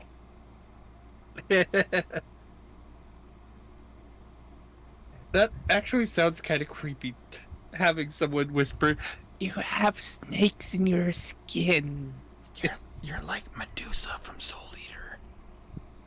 Oh, That's what I was about to reference. I'm glad somebody else got that reference. cool. Right now, Blue is playing the role of, oh gosh, what is the name of that witch? The frog witch, Angela. That's her name. You're She goes ribbit. yeah. Whenever she casts a spell, she it says ribbit because that's part of her magic. Just like the mouse sisters that go chi chi chi. Snake, snake, cobra, cobra. But anyways, What's Blue's reaction to someone whispering, "You have snakes in your skin, huh?" What? He just shivers. kill it with fire. Just a nonchalant kill. Kill it with fire. You guys do watch Mary is essentially now explaining the damages to the city. Basically, the buildings that the Hydra destroyed, but fortunately that there were no casualties. Everybody seemed to come out of this safe. Sounds like damage to me. However, we're going to need to send some people right away to start rebuilding and sort of repairing damages. The creature didn't damage the walls. However, we might want to start considering amping up some security on the walls, just in case creatures like that Right. pop up again. You just see Golem kind of nod his head. I would agree with this. I will send word to the tribe and maybe get some shamans sent this way to aid in magic, protecting against magic. Meow. Nobody ordered a storm. I know that we're going to be getting some storms in a bit, but I mean,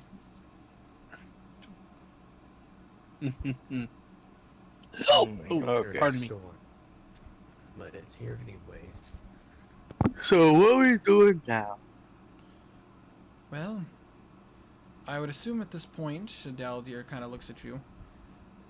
At this point, we're going to be doing some research. So unless you're looking to get an item, which I still owe you guys.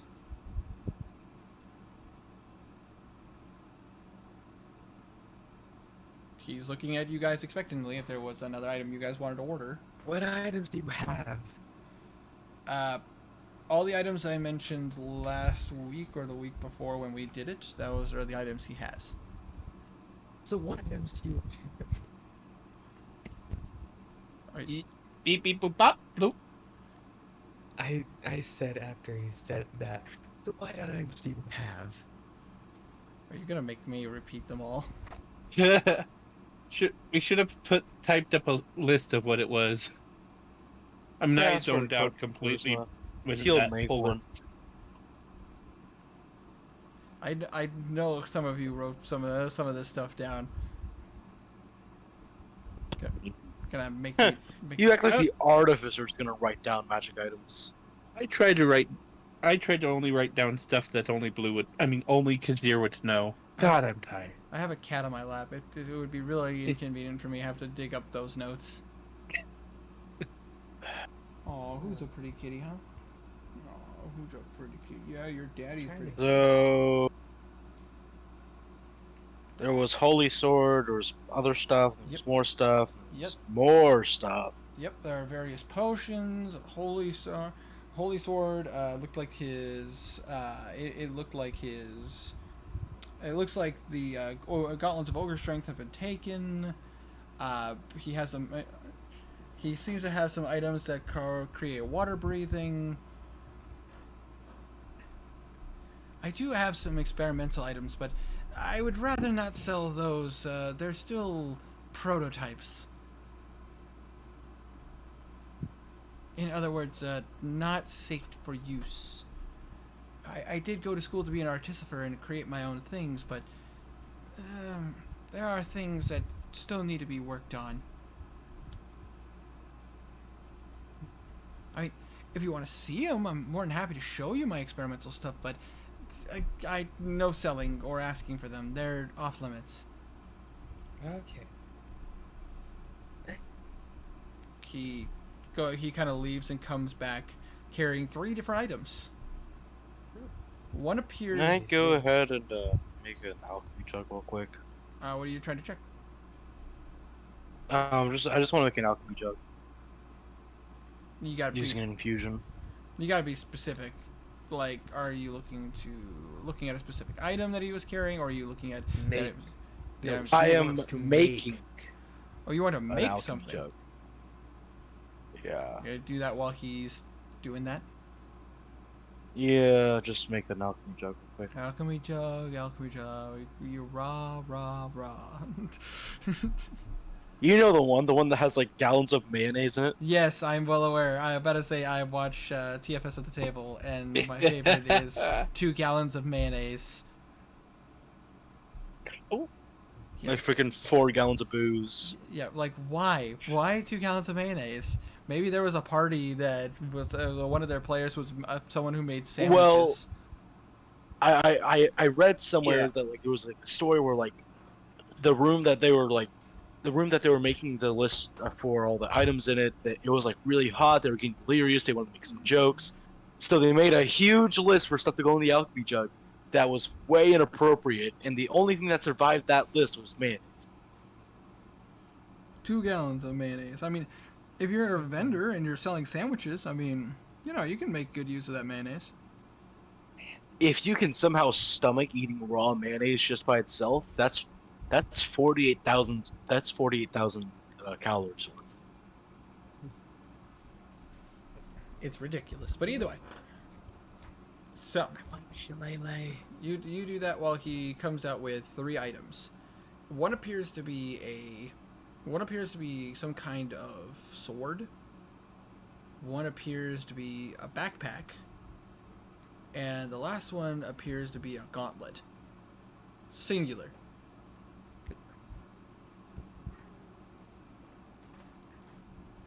These are experimental, and they're actually based off of, based off designs that my fellow artificers have been using.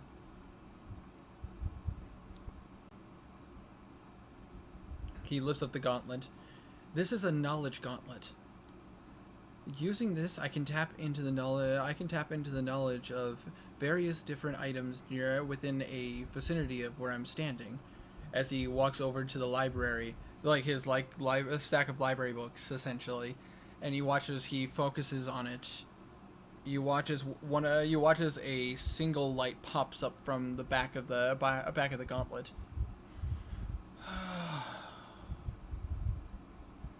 You can now ask me any question from any of these books and I'll know the answer to it. And What's the second book on the third row of the fifth shelf? that'd be How to Cook with Only Survival Items. Written by Ben Kratt.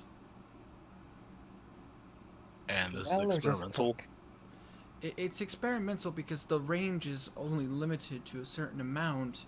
Like, I couldn't tell you everything about every book in this library. Plus, it is also limited to how smart the person is that's using this. I am quite intelligent. I could use this and get quite a bit of knowledge out of it, but let's say, for example, your friend Karik, who was here yesterday, he would only be able to get... his range would be smaller, and the amount of knowledge would be more limited. Head out. Oh, did you not hear that? I'm sorry. Just the last word. I think. Basically, he explains that if someone like Karek, who has a negative to his intelligence, it would actually limit his range, and he mentally could not carry the knowledge that comes with it.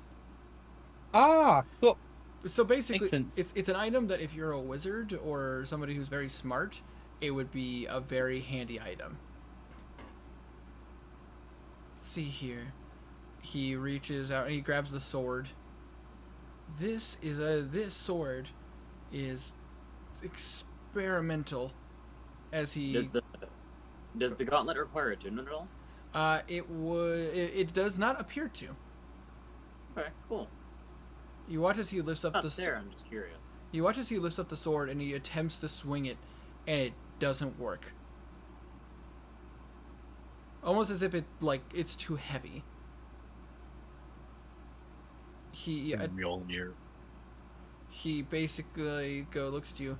This is a sword that was designed to be. This is a sword that was designed to be similar to a weapon that does exist in our world, but I don't know what the full effects are right this moment. This is kind of my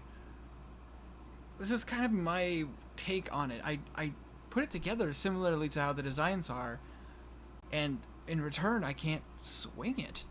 It apparently does significant damage to whatever it hits, but you have to be very strong to be able to hold this. So, he goes on to Ogre strength train? basically he goes on to explain that he had even with the gauntlets of ogre strength, he still couldn't swing it. I don't know exactly what it does. I put the various runes on it that were similar to the designs, but some of the runes I understand and some I don't. But I was able to magically get it to work. It's just now it weighs so much that I can't swing it. But apparently it's very dangerous. And he walks over to the backpack. This one has been a bit more of a success, and I've even taken it on field runs, but there's still various things I need to experiment with it. You watch as he puts the backpack on, and he stretches out his arms a bit. And you watch as he mutters a word in a language you don't understand. And you watch as all of a sudden the backpack kind of morphs, and you watch as bat wings pop out. That's pretty cool. And you watch as Azir's eyes light up. you watch as he kind of flies upwards with the wings just kind of. I need it. I need it. Well, these are my replica. These are a replica of the items that were discovered. I don't know what the names of these items are. I've just been calling them bat wings. I haven't come up with a true magic item name for them yet. I can be twinsies with my bat cat. But basically, it allows the wielder of this they can essentially fly for about 2 hours a day. Mm. These Would using those wings make you some sort of bat man? that would be ridiculous. I don't have any amorphous claws or being able to bite people. It would just allow me to fly. What you said is ridiculous. May I suggest bag of flight? That's not a bad idea. He watches, he kind of pulls out a note and starts writing. Noted, as he puts it in his pocket. But either way, it allows the wielder of this to grow wings and be able to fly for about 2 hours. They're magically run. God. No, you missed out on a perfect chance for a pun. A bat pack. I can't. That's actually trademarked. It is? Yes, there's a show called Bat Pack. And I only know about it because my daughters watched it. It's actually pretty good. Bat cat. Bat pack. Ow, no. Could you possibly Back bat. make a upgraded spellcasting focus? How do you mean? Like make the saving throws higher. You're breaking up. Heck, He wants easier. he wants a +1 spellcasting bonus. Yeah, +1 or +2. I mean, I could certainly try. It would just take a little bit of time. What's the arcane focus? Oh, sorry. Pulls out. Blue pulls out both the lute and the conductor stick. One of these. Highly Either doubt you or. can do the conductor stick. He looks at the conductor stick. And he takes the time to examine it. Well, I can tell you this right now. Unfortunately, I can't do anything with this conductor stick. There is too much power loaded into it, and if I try to enchant it further, I might destroy it. Which Herma, as you would know, your character would know that there is a thing called it's called magic overload. It is something that does happen to magical items. That's why there's very special runes and incantations used for putting magic into items. It can be very potentially dangerous to put too much into it, as it can cause various explosions or even some magic spells to just go haywire. There have been several times when the Artificer Guild has had to deal with, random fireballs, or worst case scenarios, a black hole.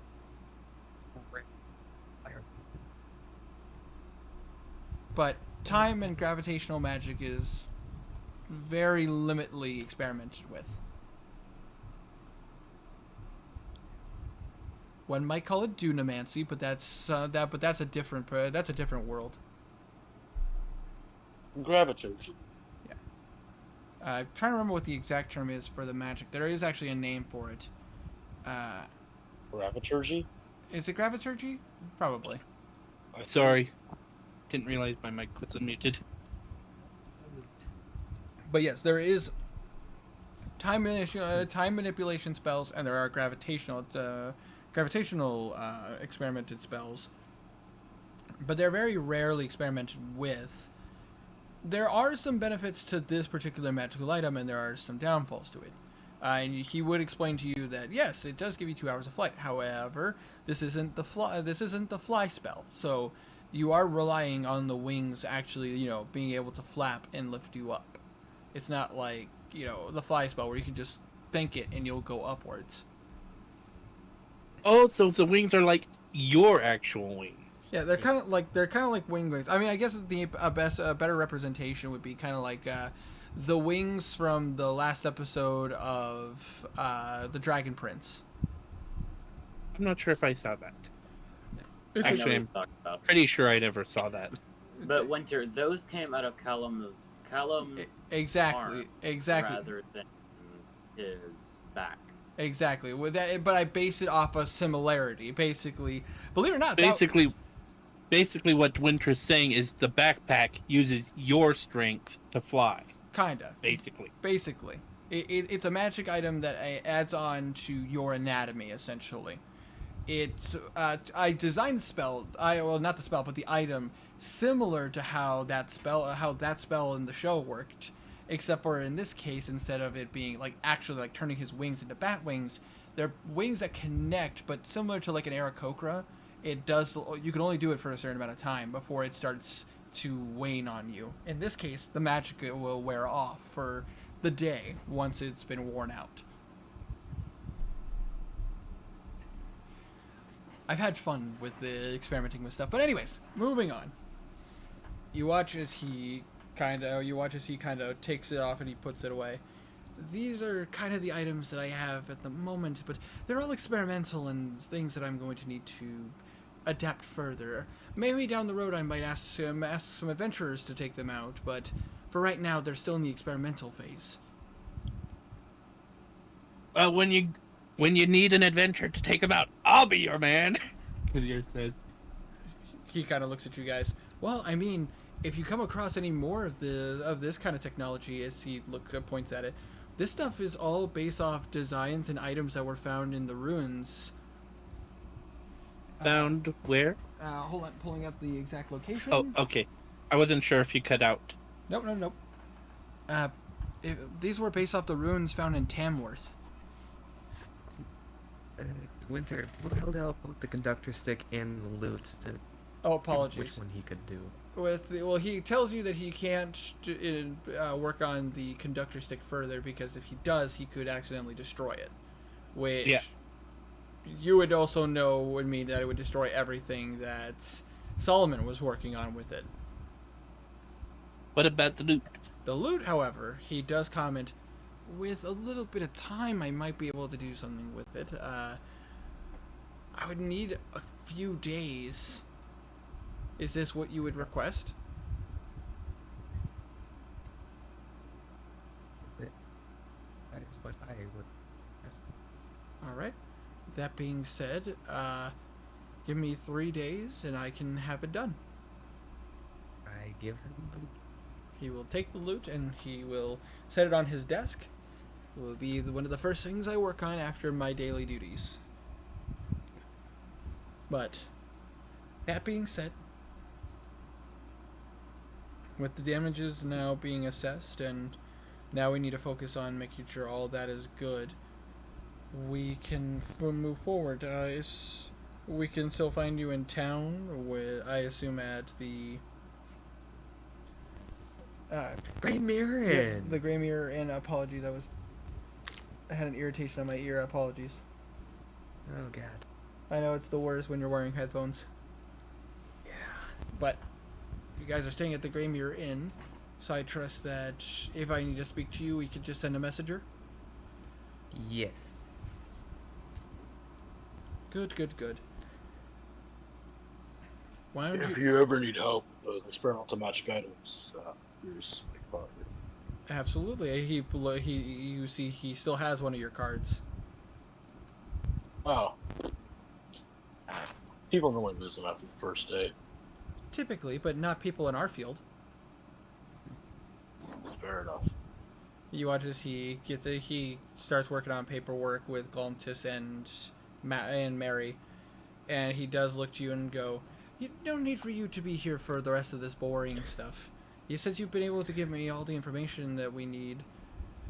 We can move forward with the paperwork and sending people to get the buildings fixed and make sure people have a place to stay for the next couple of nights while we rebuild. Alright, but bit more information. Blue Oh. pulls out 3 masks of minor true sight and 3 sanity daggers. The masks aren't magic. They have 5 feet of true sight if you wear them, and the sanity daggers, these are cursed. He looks at them. Jesus. I picked them up from the cultist we killed at the compound. Interesting. Why do they have these? As he lifts up one of the daggers. The reason that I was given by someone in the Neo-Not, they were given cursed weapons because the Neonago told them to use them. Interesting. Well, that is dedication, that's for sure. Yeah. Either way, did you want us to take care of these for you?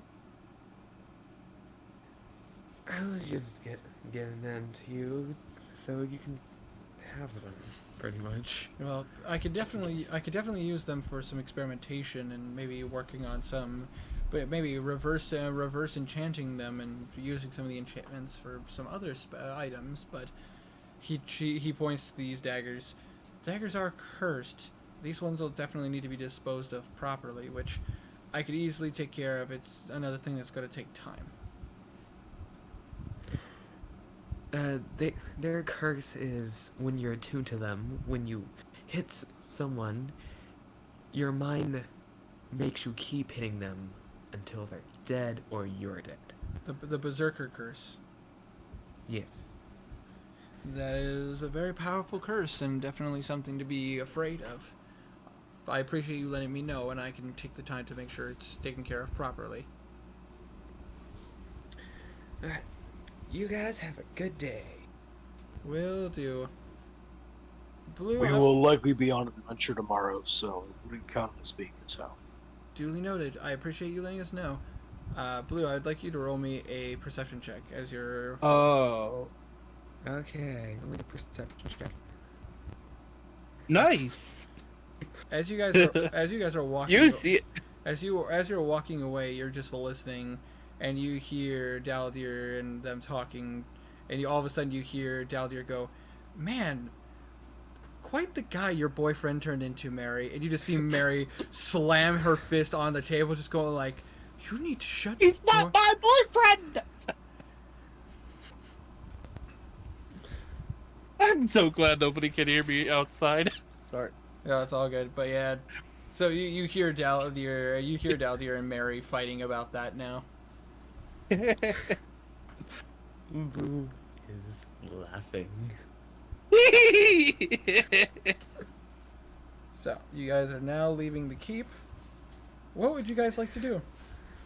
Blue clapped his hands. Well, I'm gonna go get drunk. Yeah, we Oh, all you're gonna need go it. get drunk? Henrik pulls out his newly made alchemy jug. He What do you want? Wait, cause he actually made that quick? Sorry, just never mind. Hell Realized. fucking yeah, he did. How long does it take for you to have to make a magical item? I don't fucking know. It's an infusion. Well, did you have a jug for that to work? I used the water skin. With that? I think that would... I feel like it'd work. I can just, I don't know, flick a switch. That's one of the things Sure. where it's Hold on. yeah. I need to weird. check this real fast. That seems a bit in overpowered, but It's weird because there's been multiple like variations of it. Like in Critical Role, it was like just a big jug that people could just. It was like a big Jeez. jug, so like they poured out all the stuff in it so like they could breathe underwater through it. Like stuff their head through it, and then like in the picture it shows you it's like this weird like flask with a bunch of like bottle corks Cool. on it. From my experience, the jug and this is referring to TFS at the table, Theirs is just like a standard jug. Like it's kind of like the jug with 3 X's on it. I need that. It's kind of like that. That's what I imagine with the jug. Except for And I obviously, just turn my water skin into it. that's a tough call because the limitations on items that you use based on like what they're intended to be. So I mean, Just go pay 5 silver for a jug. No, stingy bastard. Yeah. I would have to rule it as no. Okay, like you couldn't turn Fine. a water skin into that because it wouldn't be able to hold half of the items that you would be able to summon using the jug. It would destroy. Jesus turned water into wine, but an artificer can't turn a water flask into a jug. God damn it. Water flask into a wine flask. I mean, technically speaking, Well- with enough of time and enchanting, you could literally make a water skin of a never-ending water skin. You could. I'm gonna go buy a jug. I go to the Grey Mirror Inn. 1 silver piece for a standard plain jug. I hand him 10 copper pieces to make his life hell. He's gonna look at you and go, 1, 2, 2, 3, Just staring you Three. right in the eyes as he does it. 4, 4, 5. 5. And when he gets to 9, he just goes, shit, what comes after 9? Hold on, okay, I'll start over. 1, 2, There's fucking 10. Just take it. 3. Take it. No, no, sir. Oh, I gotta count this do you out. want this? Winter, do you want this to be more terrible? Do you want this to be more terrible? Sure. Okay. Winter wants to be more terrible, guys. I'm gonna hand him a gold piece, so he has to give the change back. 1, Oh no. 2, 3, 5. Ah, screwed up. Is that how it goes? Veer. Food. 4, 5. Okay. I don't speak German, so I have no idea. And then I'm not my mom. I can't count to 50 in German.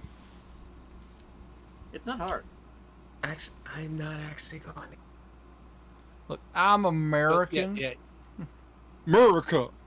I want to Heck go to yeah. the. I want to go. I'd like to go to Grey Mirror Inn, go to my room, and cast Identify on one of the red potions I got, one of the green potions I got, and one of the black potions I got. All right. Okay. So you're doing that, but yeah, Henrik, I would say that you cannot turn your water skin into an alchemy jug. The alchemy jug requires specific things. So buying a jug and taking some time, you can turn that into you can definitely turn that into an alchemy jug. So Winter. Yeah. While Alosa is currently passed out on the bed next to Garnan, he is going to be doing his meditation thing. Seeing, like, just. He's trying to find anything new. Oh. Just anything new to him. Like just meditating inwards and trying to see something. Yeah. Inwards trying to see something, like, outwards trying to see something. Just new. Anything. He's just looking for something. He doesn't know what, but something. You Yes, you look into yourself and you see yourself, but from a smaller perspective. Oh my god, he put him in a tiny mirror. Basically, you see it's almost as if you're looking through and seeing yourself from a smaller standpoint. Like your body is huge in comparison to this view.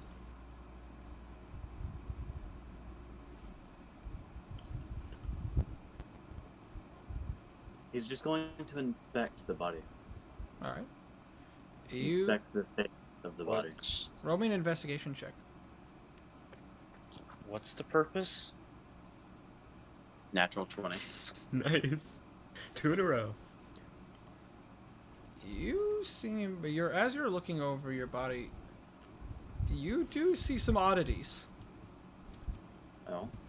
You see, I have a feeling. Never mind. you have a tail. Yes, that's exactly what it said. You look over your body and you notice 3 things that have changed. Really? 1, from this point of view, you see that there appears to be some kind of crystal symbol on your forehead. Do I recognize this crystal symbol? Not that you recognize. You haven't seen it before. Okay. It appears to be a kind of it's not purple, but it's kind of like a deep red. And it is Crimson? Like a ruby. yeah, kind of like a ruby, yeah, but it's a little bit more crimson red, like a deeper red, Okay. and it's on your forehead. You keep looking around your body, and you notice that there are symbols on your knuckles. They appear to be in the shape of diamonds, like diamonds on a card. Hmm. The areas appear to be black. And The diamonds appear to be black? Yeah, the diamonds appear to be black.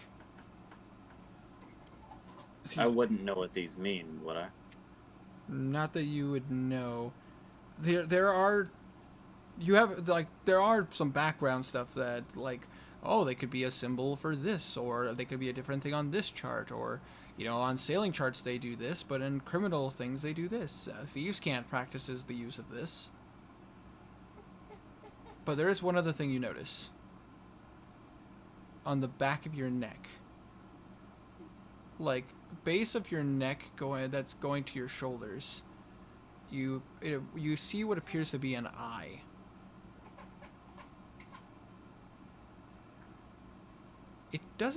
It seems to be different though. This one seems to be kind of an how do I explain this? It's kind of like an amber colored eye. Okay. You don't quite know what that means. I'll say this. I would like you to roll me a wisdom check. Wisdom. Okay. 15.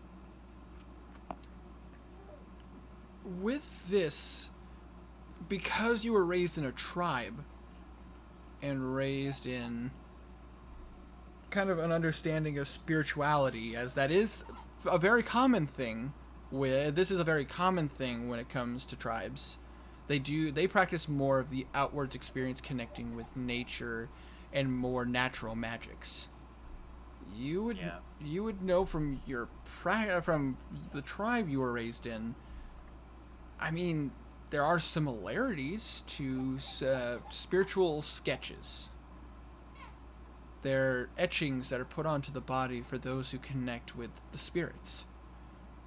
For the majority of what you know about them, at least theoretically, if these are what they are, they're typically given to people who, but they're normally self-drawn. These seem to be like etched into your body, if that makes sense. Like, it's almost as if it's someone just put it into your body. Normally these are drawn on. They're supposed to be symbols of people who have connected with the spirits around them, such as like a druid or a cleric. You don't necessarily know what this means though. I mean, you've had your own, like, you've had studies with this stuff before, but obviously you were more into into more of the practical things of your tribe. I will think of Prigka to see if he would know anything about that. You think of Pritka, and you watch as he appears. What am I seeing? Sorry, I was thinking of the butler from the Addams Family. But anyways, he appears and he kind of looks at you. You wish to speak with me? What am I looking at? What are these etchings on me? Symbols of what you've accomplished. These are symbols of enlightenment and symbols of your own personality. Do you want me to break it down for you? Yes. He points at your forehead. This is a symbol of your inner rage. Something you deal with on a regular basis. And a part of your mind space. But allowing me in and allowing the spiritual side of being a shaman or witch in your case. It is something that is a confliction that you deal with. He points to your knuckles. These are symbols of your strength. But how you watch as you see the diamonds form around your fingers. They're supposed to be a representation of the fact that you control your strength. Like a diamond, you have crushed the coal, but now you are in control. And you watch as he comes around to the eye. This is a symbol of me. It points at the eye. I am always watching. I am always beside you. I will watch your back, just like you watch mine. These etchings are common amongst witches. If you talk to your friend Alosa, she would show you hers, as she has a few of her own. Oh yeah, I'm gonna ask the angel to strip for me. However, these could have more uses going down the road. Such as? Well, I'm not particularly sure when it comes to me and you. I'm just as new about with this as you are.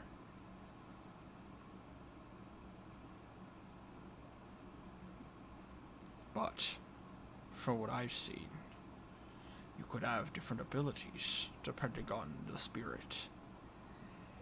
You're cutting out. Oh, apologies. It basically explains that it depends on the spirit. From how he explains is that he's seen shamans with various different abilities that didn't need to cast a spell. It's almost as if it was an innate ability. But as far as, him and you go, he's not sure.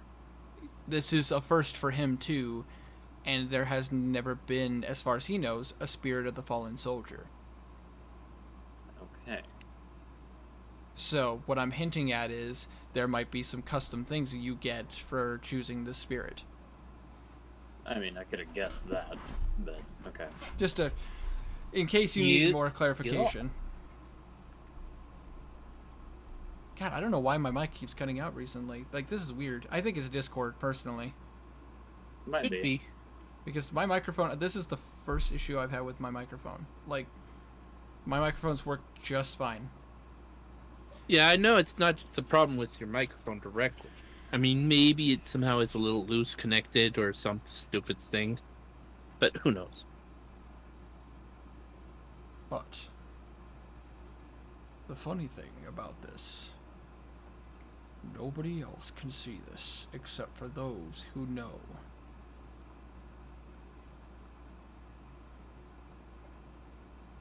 You have been awakened to this side. You were raised amongst a tribe, so you know to look for them.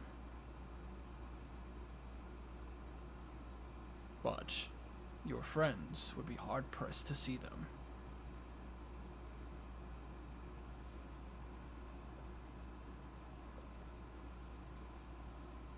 The more you attune yourself to the spiritual side, the more prominent they will become.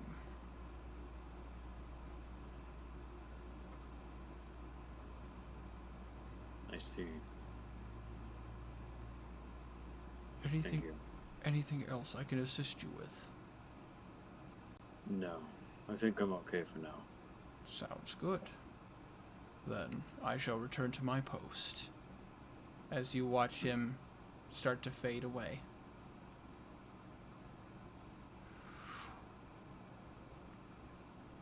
Garnan is done with Prigka, but he's still going to inspect himself a little bit further. Alright. Before we get into that, potions. The red ones, they appear to be potions of greater healing. So, in other words, they do... Gosh. Greater healing, if our standard healing is 2d4 plus 4. This would be 44... Hold on. Let me pull up my potions list. I believe it's 44. Is it 44? I think so. Herma fact checked. Is that 44? I don't know. I'm not a potion maker. Yes, you are. Yeah. Yeah, sorry. A regular potion is 2d4 plus 2. A greater healing potion is 4d4 plus 4. The blue potions, these appear to be... Hold on. Gotta pull up the details on this, because these I are... thought they were green Well, there potions. are various potions. There's red, blue, Oh, yeah. green. I gotta look these up. And you got these from the hideout? Yes. Wait. 2 red, 2 green, 2 black, and 2 blue? Yeah, 2 red, 2 green, 2 black, 2 blue. Yes. And you got these from the hideout. Yes. Okay, cool. I just wanted to make sure I was pulling up the right list. Okay, cool. Awesome. Alright, so the blue potions, they appear to be a potion... they appear to be potions of water breathing. You would assume that they were probably used in case someone needed to get into the water and get away. But if you drink it, for a total of an hour, you can breathe underwater. I cut out, didn't I? Yep. Fuck and god damn it. Not really. But yeah. Well, I mean, just as baby screamed. But essentially, if you drink the potion, you get the ability of water breathing for 1 hour. Okay. The black potions are potions of invisibility. Ooh. Essen- Because you're maybe watching those. Now, note, these are potions of invisibility, not potions of greater invisibility. Oh. So, I don't know the difference. the difference here is when you use the potion of invisibility hold on, I gotta actually pull up the limitations on that. Okay, so basically invisibility is just invisibility, but true sight can see you. But greater invisibility makes it where true sight cannot see you. Oh. Nice. Plus, Still good. yes, basically you become invisible. When you drink it, you become invisible for 1 hour. Anything you wear or carry is invisible with you. The effect does end early if you attack or cast a spell. Okay. With a greater potion of invisibility, that effect doesn't tag on. You can do things while you're invisible. And also Herma is correct. That is the other abilities of this invisibility. If someone has true sight, they can see you. He was in your last, that's all. Alright, and then last but not least, the green potions. The green potion is caustic. Oh.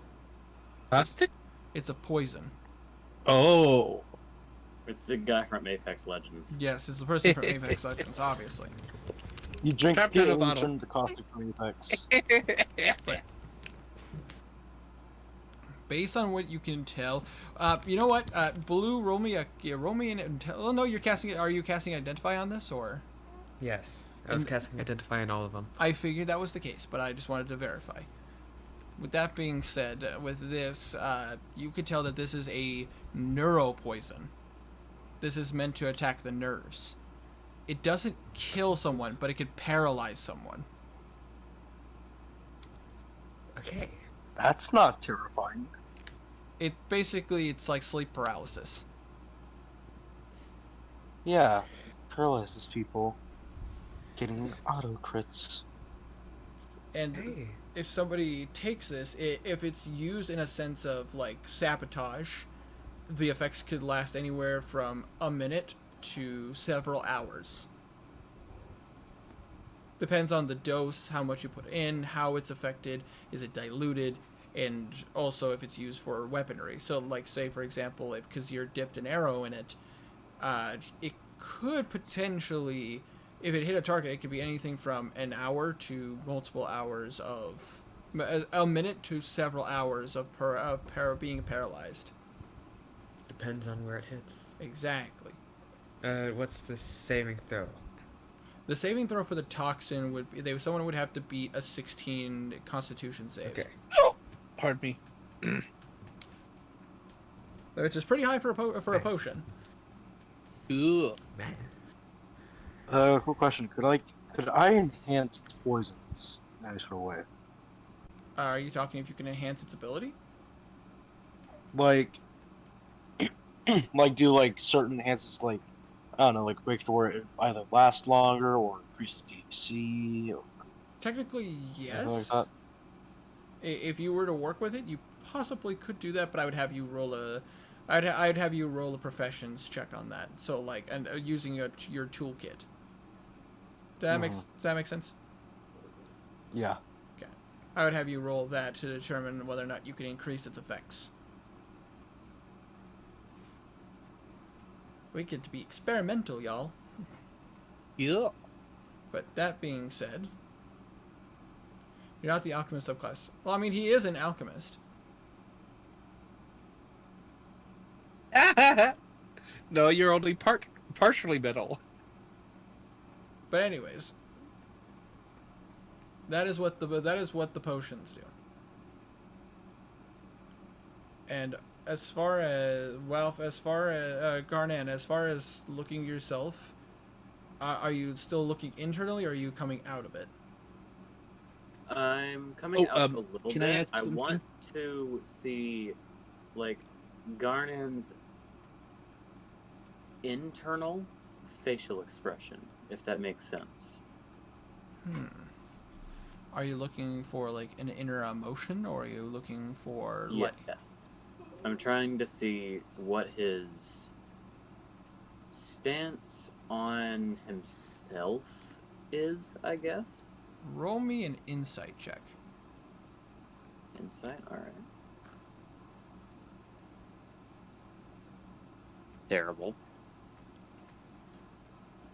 You look inwards, and you see confliction. You're not seeing yourself as angry, but you're not seeing yourself as happy or peaceful, calm, or in turmoil. You seem indifferent, from what you can tell. Like, almost as if you're at you're trying to make a decision between two different things. That's kind of the gist of what you can figure out. Nothing deeper or elaborate. Just almost as if you're at a crossroads, and you don't quite know what the paths are.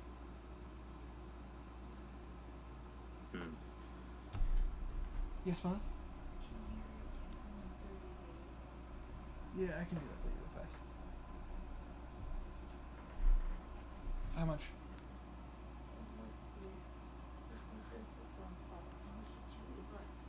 Hold on. 2.5 ounces.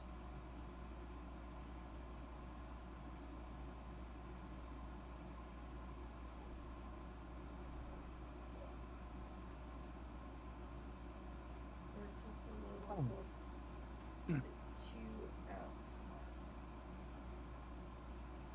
So she had another. Apologies, guys. This is part of the. No, it's okay. Life before anything else. Real family life before everything else. Part of the condition of getting her back was that you Yeah. need to do this. Understandable. No worries. You said 2.5 ounces? Daddy jobs come first. Yes. I have her updated thing down now. Can I say that while all of this is going on, Kazir is like searching himself again because he's like paranoid as freak. Yeah, roll me another investigation check. Okay. again, wait, what's his mate's thing again? 16 A 6. plus 4, so that comes out What? to a 16. You have a plus 4 to investigation, so it comes Oh, out to a 16. yeah, my eyes skipped. Okay, cool. Yeah, that's right. You inspect yourself up and down. You look over your body, and at this point, you take some like you're in a safe spot now, away from everybody else. You kind of take some of your clothes off, and you just start inspecting it. As far as you can see, it is free of any listening devices. Okay, cool. You'd be like, Kazir's just being really paranoid, overly so, because he does not like the idea of being watched you freaking or listened to or whatever. you end up looking like Homer's dad from The Simpsons during the Simpsons movie, just shouting "Eepa, Eepa." Yeah. Yeah. But yep, as far as you can tell, you do not appear to have any devices on you or anything like that. Cool. Kazir sighs relief as he, puts everything back. But all right, so Let's go to sleep for the night, guys. Julie. so you guys head It's back. it's in the middle of the day. It is the middle of the day, so if there's anything you guys want to do, I would like to spend. It's nighttime. I would like to spend an hour with the conductor stick casting Identify It and try and find a way to be able to put the book into it and bring it out without having to cast a spell magic. you take the time to identify it and you work with it. With this specific information, you do figure out how this works. There actually is a phrase to be able to pull the book. It pulls the book into the conductor stick. Kind of like putting a scroll into a scroll case, if that makes sense. Is there one to get it out? Yes, there is a phrase to get it out as well. And Okay. The thing is, it is yet to be set. In other words, since I get set. since the conductor stick transferred from owner to another owner, the passwords were reset. So, you as the player now get to decide what is to suck the book in and what is to release the book out. To suck the book in, it's begone. To bring it back, it's come to me. All right, now, as the dungeon master, are you sure you want it to be something that is that easy to remember? No. Would you like to take some time off stream to figure that out, or? Yes. Okay, then I will let you do that. Hey, sauce. I put the book into the. Vsauce here. the- Summons the book. Be like be like American Dad and just go like, I am fed up with this. I am fed up with this orgasm. Make the password just like a mix of common and elvish. Oof, do that. oofta. That would. I'm, That'd be I'm smart. gonna do that. It's actually a good idea. Like just like as a player and a dungeon master, that's actually a good idea. Yeah. Two words in common, 2 words in orc, and 2 Haha. words in elvish. It's kind of like Wait, does Blue know any thieves can't yet? he would have been practicing with you, but you guys only just recently started the training, so I would say Yeah. very, very little. He can identify thieves can't, but he can't. Technically, we haven't done any training in 3 days. Yeah, 2 days? I would Sorry. say I'm saying like off camera, you guys are like practicing some stuff. I'm not gonna make you roll for a class you took, Oh, okay. but I will say that like it's gonna take time for you to like learn things, and So kind of treat it as like Yeah. bathroom stuff. yeah. When Alright. multiclassing, you're supposed to get Thieves' Cant automatically, but this is just roleplay. Yeah, roleplay wise, like you off the cuff, you are like low key teaching him like what thieves can't is. It's going to take time, and right now Blue can identify what a thieves can't is, and he knows what a few symbols mean. But it's gonna take time. Cool. Just making sure. Makes sense. I am proud of that idea. I am copyrighting that idea, so you only use it with my. And as your dungeon master, I will like a Telltale game. Winter will remember this. It was smart. It is smart. But anyways, Making just like make up a phrase that's a bunch of different languages. so is there anything else you guys would like to do today? No. Get drunk. All right. Actually, no. I'm gonna wait until the Orcman group finishes playing. Fair enough. You wait until the Orcman groups finish playing. So while he's doing that, is there anything else you guys are doing, or are you guys just kind of taking the time to rest, relax, get some HP back? Oh, Kazir Garnan needs to just sell junk. take care of Kazir all needs those to sell some of the Okay. junk he has. So Garnan is taking care of Alosa. Kazir's going through the junk he has. Yeah, it's going to sell some of the stuff. I am going to wait for Karik and Film to come on back from hunting down the woman. Which, by the way, you haven't heard anything there from it him. is. Oh, wait.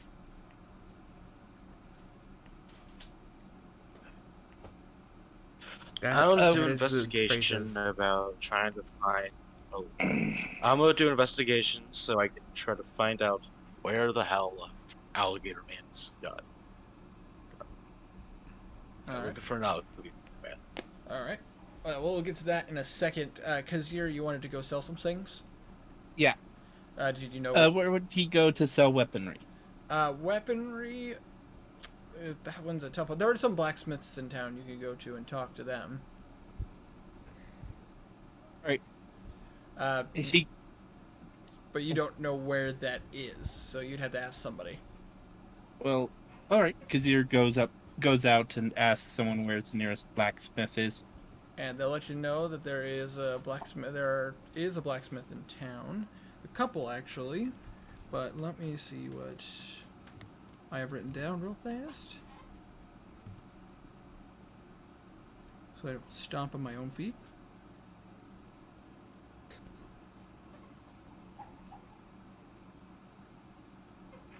They recommend you to a place called the Feathered Phoenix. Kazir thanks them and asks them which way to go, which way that is. He would point towards the eastern part of town. Kazir thanks them again and goes off looking for it. It takes you a little bit of time, but with the directions, it does nail it down. You know what? For role playing sake, roll me. This would be navigation. So, what do you guys think? Survival?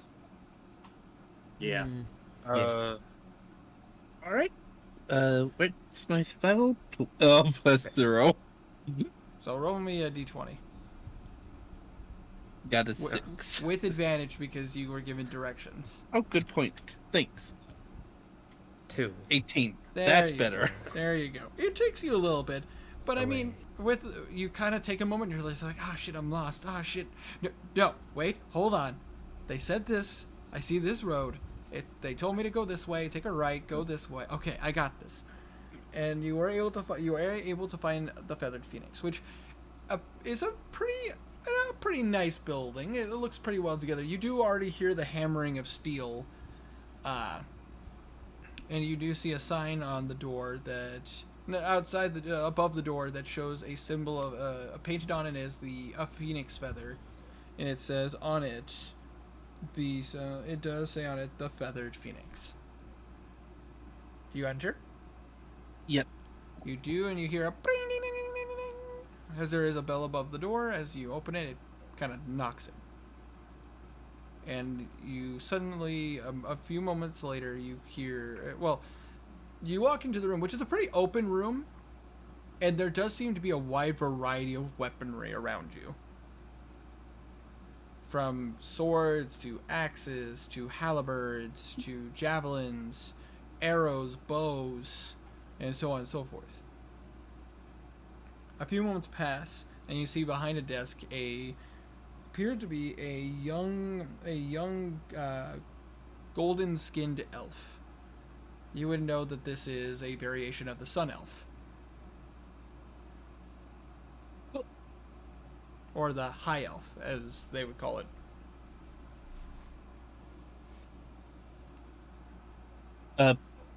Sorry, my brain went blank for a No, second. no, it's all good. He looks at you and goes, "Hi there. How can I help you?" Yes, I've got a few things I need to get rid of. Oh, not a problem. Azir walks up to him, pulls out the spear, and it's just a normal spear that he had. I He, can't remember where I got it, but I have it on my list. he looks at you and goes, Alright. "Well, first things first. The name is Phallus. What's your name?" The name's no, he wouldn't have messed up. Sorry, No, it's all good. Gale. The name's Gale. Pleasure to meet you. I say, I'm Rallis Veldrum. A pleasure to meet you. Pleasure to meet you as well. So, looking to sell some items. Let's take a look. So you hand him. Azir, he hands him the spear and then gets his heavy crossbow and the 20 bolts out. Well, he'll look at the spear and he'll take some time to examine it. Oh, so yeah, it's taken some damage, but it seems all right. All right, let's see here. Some nicks and some scratches. Could definitely be buffed out. Or I could easily just melt it down and use it for scrap. Either way, I can offer you 6 gold pieces for the spear. It's not in great condition. That's fine. And that sounds like a fair deal to me. He will hand you the 6 gold pieces, and he will set that off to the side. More than likely, if I can't buff out the scratches and the dents and damage, it's gonna just get melted down. But, let's see here. You also wanted to get the heavy crossbow and the bolts? Yeah. Kazir hands the crossbow and the bolts. You watch as he starts to inspect that as well. Let's see here. This appears to be in better shape. Let's see. You watch him just kind of work the mechanisms and see if everything works properly.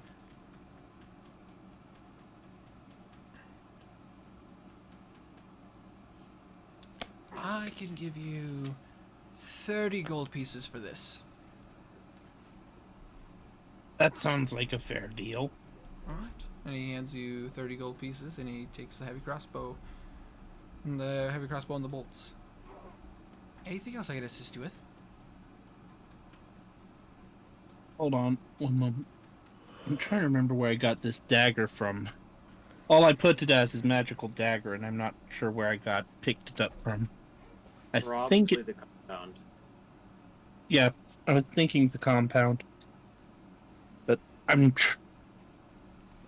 This is Are what- you talking about your Sorry. sneak attack dagger that gives you extra 3 to 6 no, damage? No, he picked up a dagger from the second dead body of the first guys we killed at the combat. Oh yeah, Oh, so it's it's a probably cursed dagger. one of the cursed daggers. It's a might be cursed. It might be cursed. Let me quickly go through this again and make sure I got everything. Winter, does it have dark metal on it? The dagger?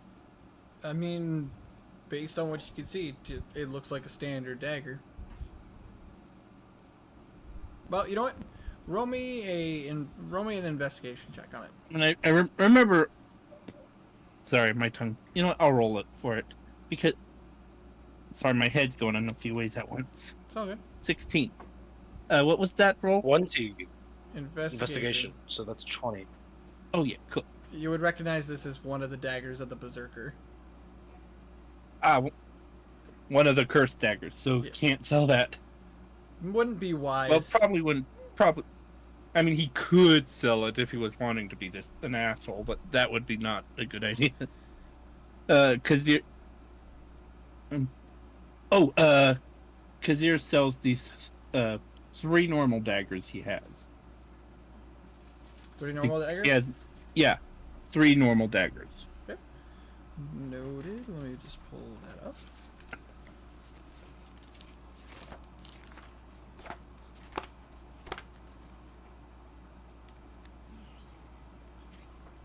Desecration or sanity? Good question.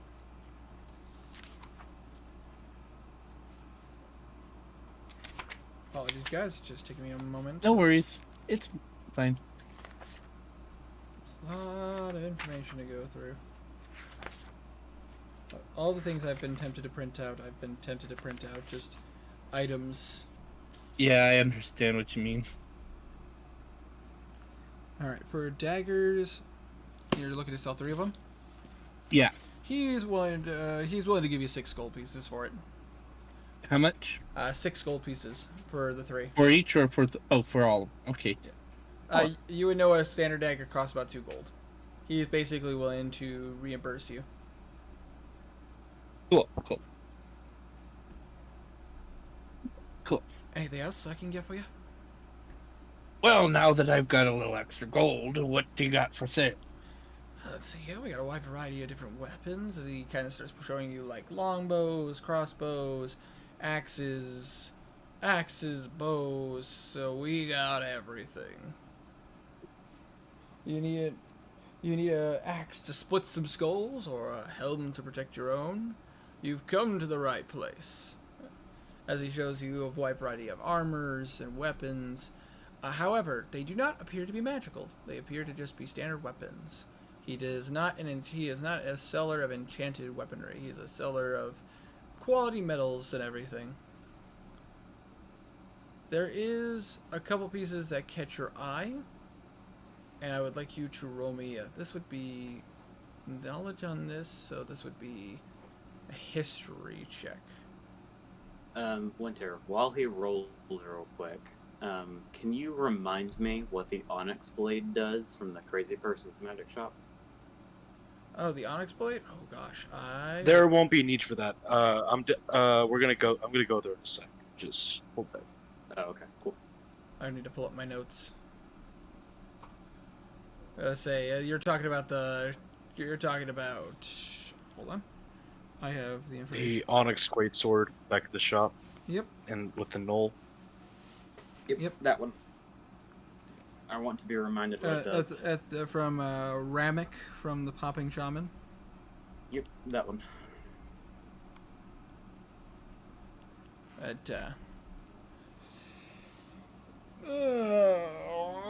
Well, yeah, you do. This is the knowledge check. I would say roll me is the 13-year roll?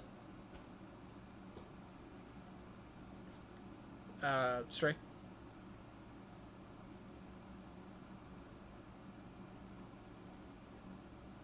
Is it here? My mic is off. It's okay. What did you ask? I kind of spaced for a second. Was the 13-year roll? Yeah. Okay, and that was a. And my history is +1. So 14. That's. About to say that's enough for you to recognize some of this. You notice that they do have a couple of weapons and a couple of pieces of armor that appear to be made out of adamantium. About to say, in other words, thicker and stronger metals that seem to be lightweight. They're very powerful and not common around here. Your knowledge on them is a little limited, as you don't know the full extent of what it could be done with them.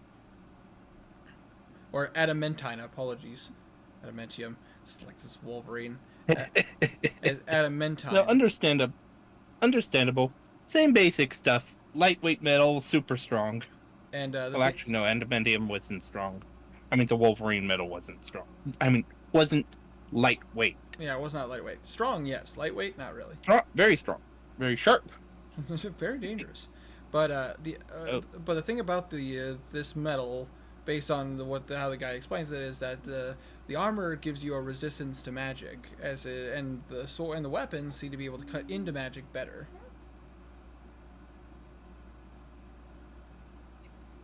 However, it is very expensive. How expensive are we talking? Well, the armor is heavy armor. There is some lightweight armor in this, but it's more like medium armor, kind of like a chest plate. From the full armor costs around 10,000 gold pieces. The medium armor, however, costs about 7,500 gold pieces. They are expensive pieces because the metal is incredibly hard to get. Are there any daggers made out of this metal? Yes, there does appear to be a few daggers made out of this metal. He's willing to sell you one of them for about 250 gold pieces. That's not bad. Yeah, Gazir will buy one of those. How do you spell that metal? Adamantine, so adamantine. Oh, thank you. Oh, sorry, it's adamantine. Sorry, it's Herma's right. I apologize. Mine was close. I just spell it wrong. But what you need to know about this dagger is that it is a dagger that comes with some benefits. It is actually able to cut into magical items. In other words, you could potentially break a magic item. Ew.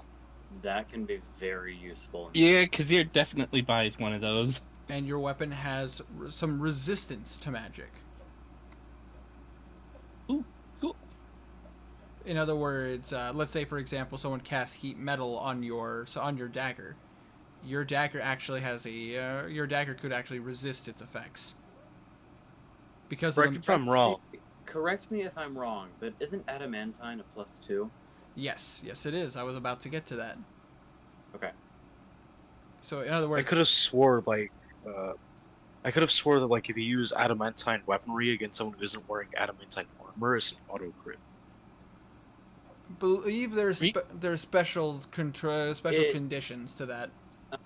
It is an automatic crit on inanimate objects like furniture. I just didn't want to correct Karma on it because he was already making us overpowered anyways. But I say that is true.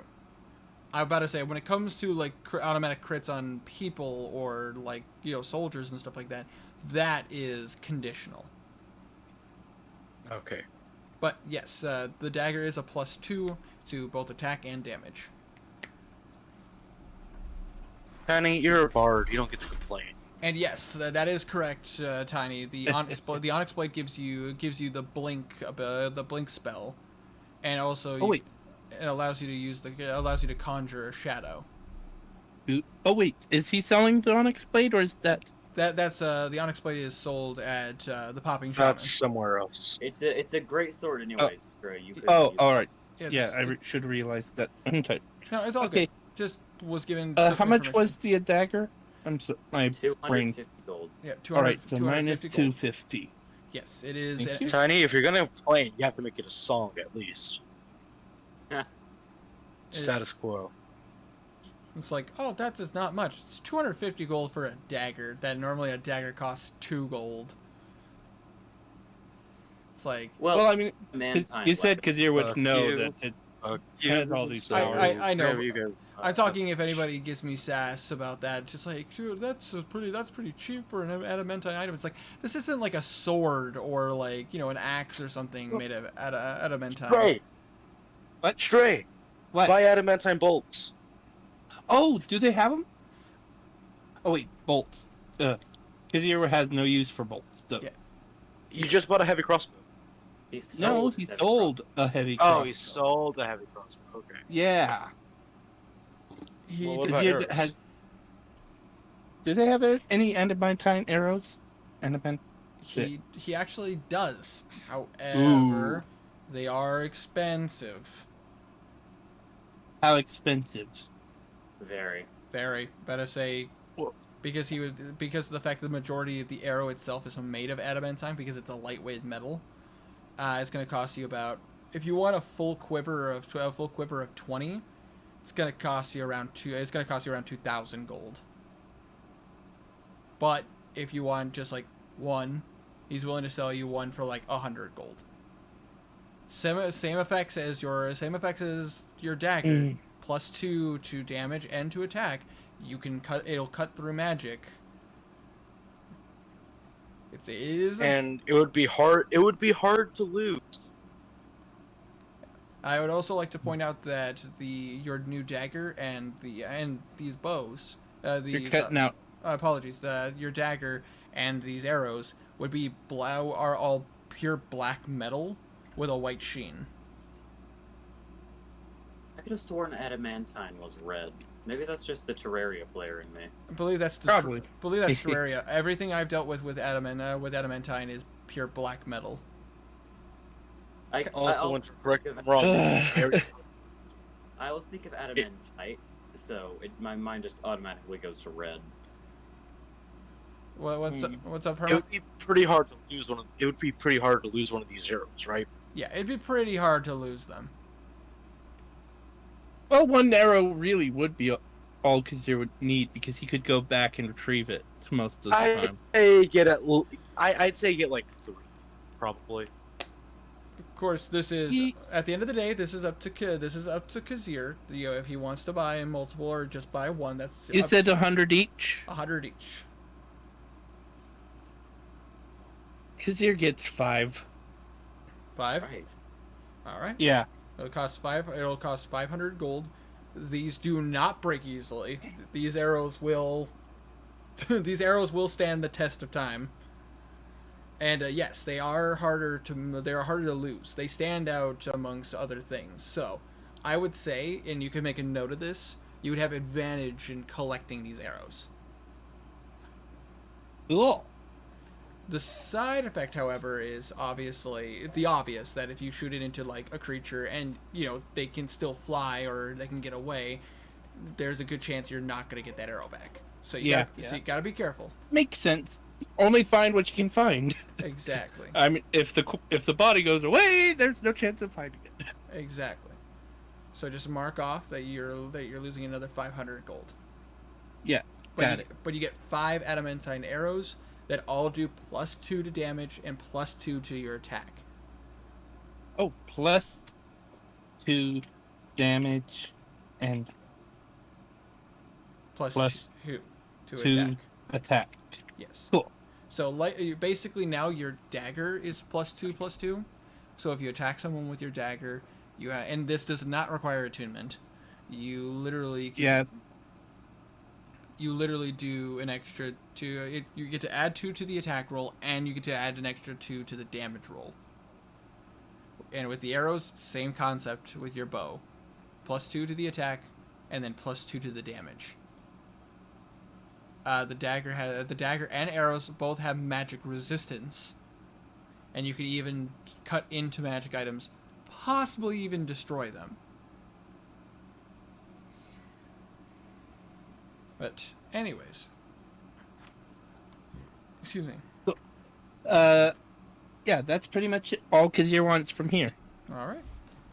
He looks at you and goes, "It's a good purchase. It's a very good purchase." How much was the Ravenger when I first bought it? I believe the Ravenger you got for like 300 or 500 gold. 300 to 500. Okay. It was not. Okay. It was not super duper expensive because of the fact that the owner and proprietor of the Scorched Hornet was not a fan of the weapon in the I first just place. realized Kazir has like 4 quivers of arrows. Hey. Okay. Oh, Sorry. I'm going to go ahead and say this. I know Henrik is next, but when Alosa is all good and taken care of, Garnan is going to go back to that magic shop with the gnoll.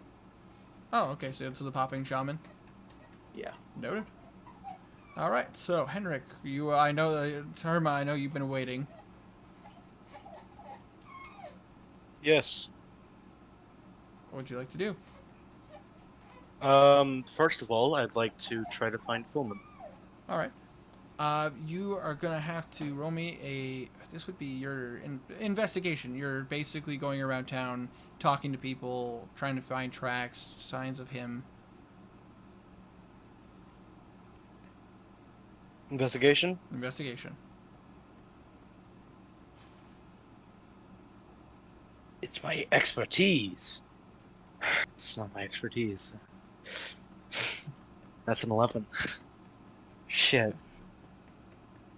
All right. So you start kind of looking around, trying to find any trace of him. You take the roads that you get back to the battlefield that you guys were fighting at and where you got shot, and you start following the direction that Filman went. Using that direction, you start kind of figuring out where the trajectory of where that person was, and then you start asking around. and there are plenty of people that tell you that they've seen a gator man running down the road. Turns out he's not a hard person to find on the street.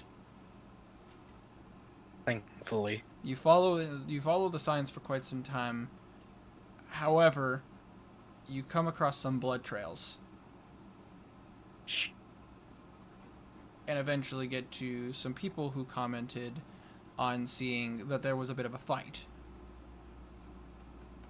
Apparently, some person in a cloak was fighting off against a gator man and a dark elf. You cut? And that's all that they saw. Basically, last time they saw him, they were still. You cut it out. Oh, how much did I cut? How much did I cut out? Whenever you explaining what Gatorman the people or saw. Fucking goddamn Discord! Fuck this shit. I've never had this issue before. It's basically they explained the person explains that the last time they did see a gator man. And apparently, they were currently locked in a fight with a woman in a cloak, and the woman in the cloak was fighting a gator man and a dark elf. There apparently was some blood, and the fight got pretty dirty. But the last time they saw him, the dark elf was chasing after this person at a high speed. The gator man was following behind a little bit slower. How much did I cut out there? No. Not at all. Okay. And he does point you in. He does point you in the direction of the north. Okay. Just gonna try to track the blood trails, I guess. Okay. Roll me a. You're following a blood trail, so roll me a survival with advantage.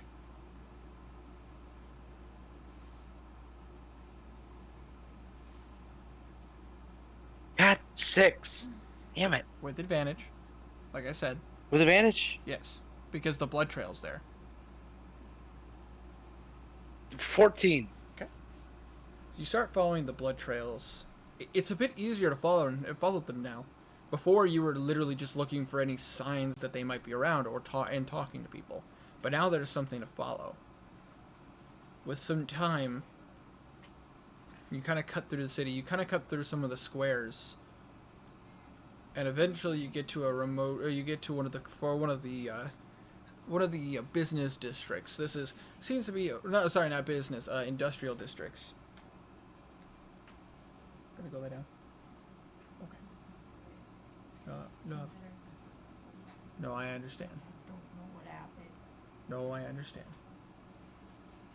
It's okay. Well, nothing big. It's mostly just been people's downtime. But we can always talk more later. Oh, isn't that my baby girl on a fence post? Well, hello there. Oh, aren't you smiley? Oh, you're so cute. Oh, here's my cute little princess. Oh.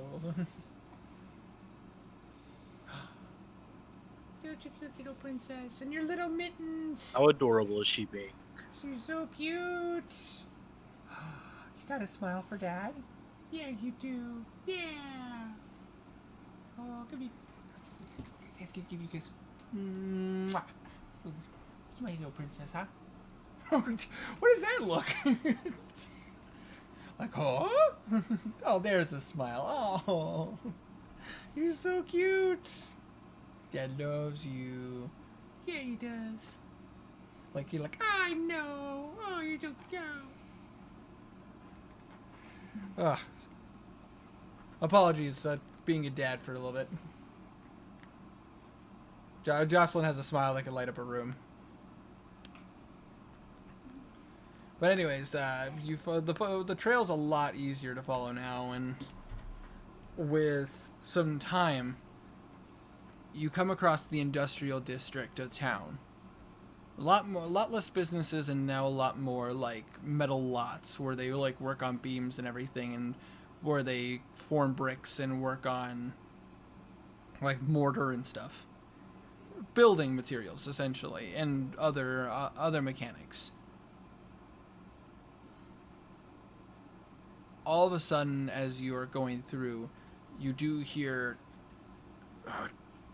"Listen, son, do it carefully. Do it carefully. God, fuck!"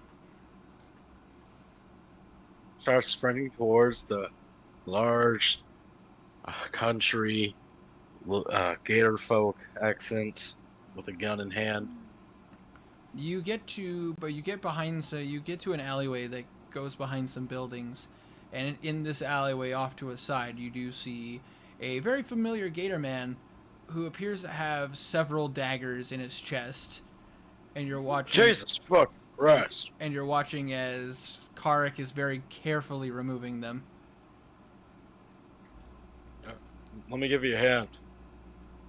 Oh, hey, good to see you. Yeah. Let's get these daggers before we get the greetings. I would like you to roll a dex check. Dex.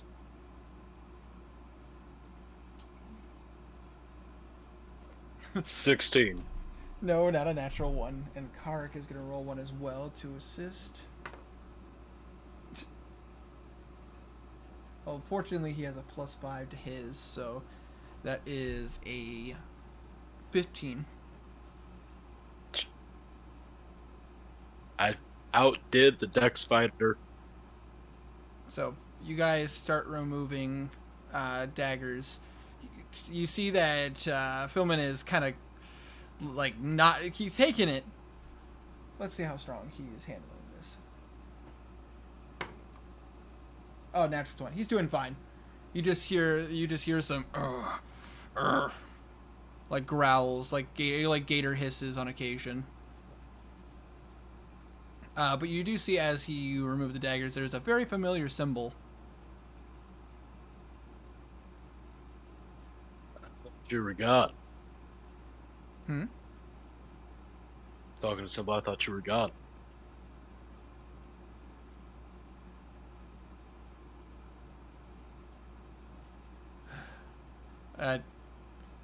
What? Sorry, I would you mind repeating one more time? For some reason I didn't hear you. I thought you were gone. Well, I mean, I am God. Oh, it's a symbol. I thought you said there was a symbol. Yeah, no, there isn't symbol. There is a symbol, a very familiar symbol. Yeah. Well, we're gonna stick together for a while. Yeah, I agree, son. Bitch got a lucky shot on me. And then he looks down. A couple more lucky shots on me. Yeah. Took something from her, though. And you watch as he lifts up his hand. You see a pinky finger in his hand. A pinky? Yep. Jesus! Jesus Christ! Snap my jaw on her hand. Only got a pinky, though. You did good. Did damn good.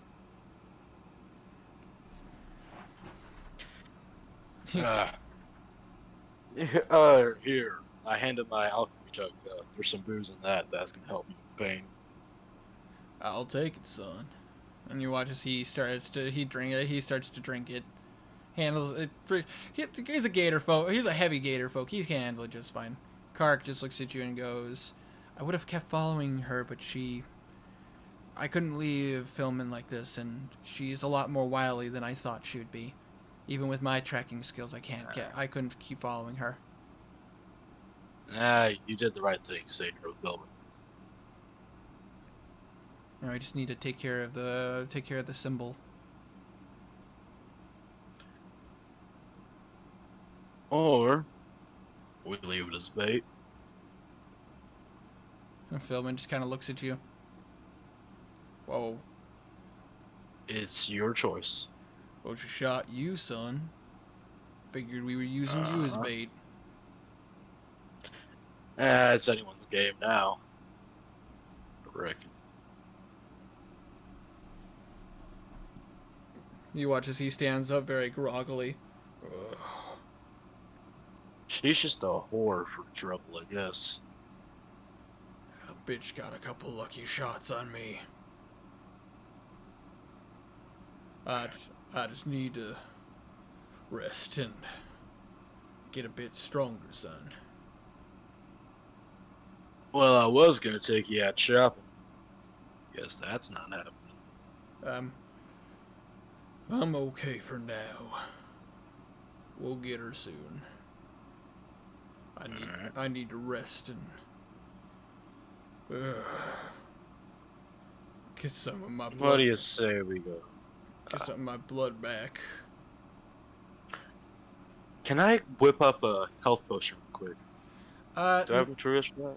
You have the tools for it, but you can't move and whip it up. You have to stop because you would know that you need to like heat things to certain temperatures. You need to be able. It needs to be a workspace. I mean, how long would it take me to just whip up a basic healing potion? A basic healing potion, by the book standards, it takes, like, if I remember correctly, it takes like 12 to 24 hours.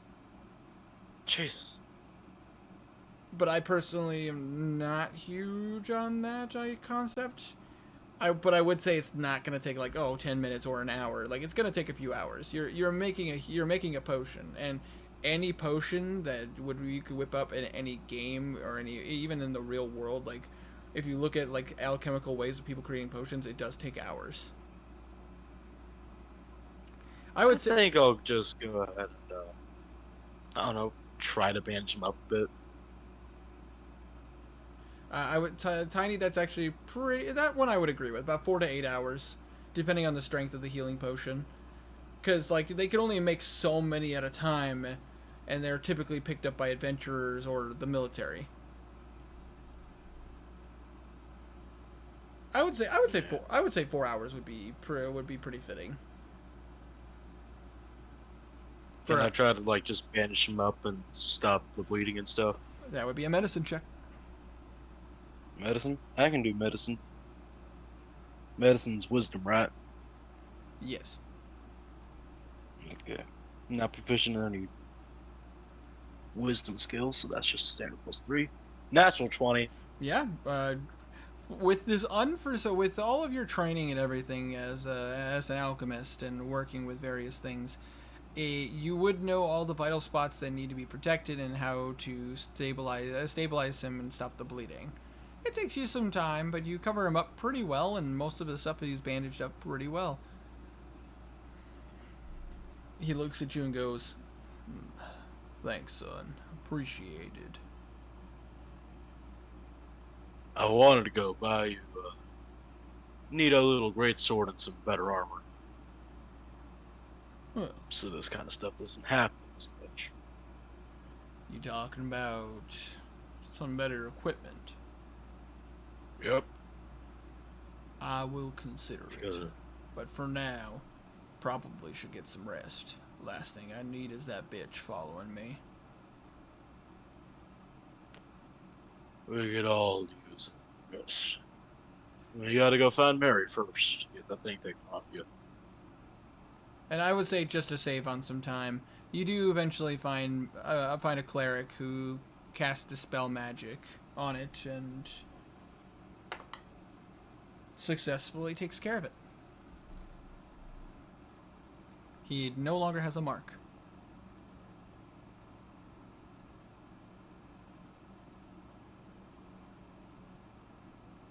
Alright, go get yourself rested up and shit. So he starts Karik and him start making their way towards the Grey Mirror. And then I'm gonna head back to the restful hen house and fix my guns. Okay. I would like you to... Better say... This would be, I guess, a tools check. Oh, Tinker's tool check. yeah, Tinker's tools check. Okay. Intelligence for the Yes. ability modifier. Correct.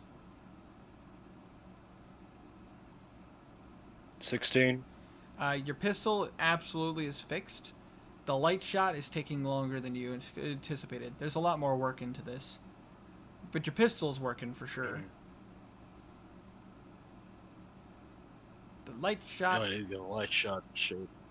Yeah, the light shot, however, is... it's going to take a little bit of work to get that fixed up again. I guess I'll just spend the rest of the day fixing that shit up. Alright, in that case, I'll have you roll me another Tinker's check.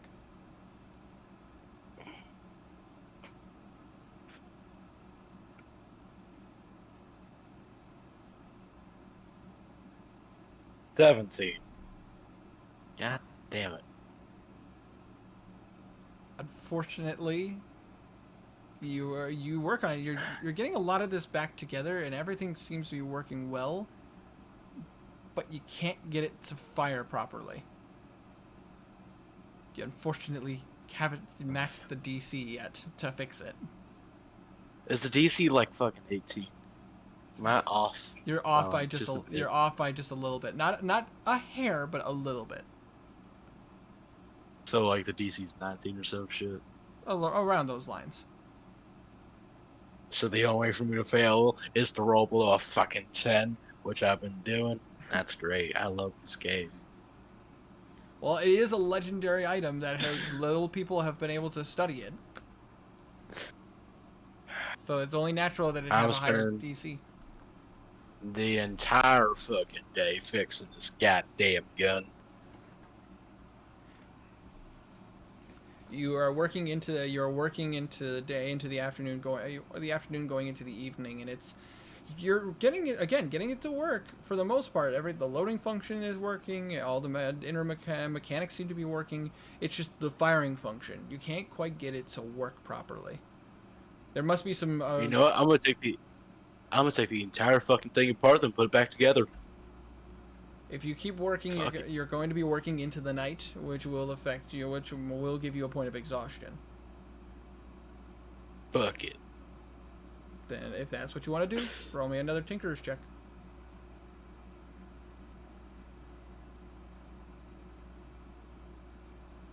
Don't you fuck me.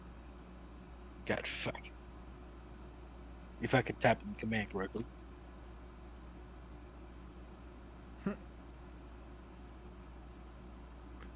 God damn! Use the other bot. Even working into the night, you still can't quite get it to work. I fucking hate you. By the time I hate this game. by the time you Kaya, you're like, oh fuck this shit, god damn it, the sun is starting to rise. I just fucking well keep going then, huh? If you keep going, it will be at disadvantage. Can't get much fucking worse. Let's do this shit. Use the other bot. Nope. 12. You're in your entire state. You're having an even harder time putting it together. Just doing it. Fucking doing it.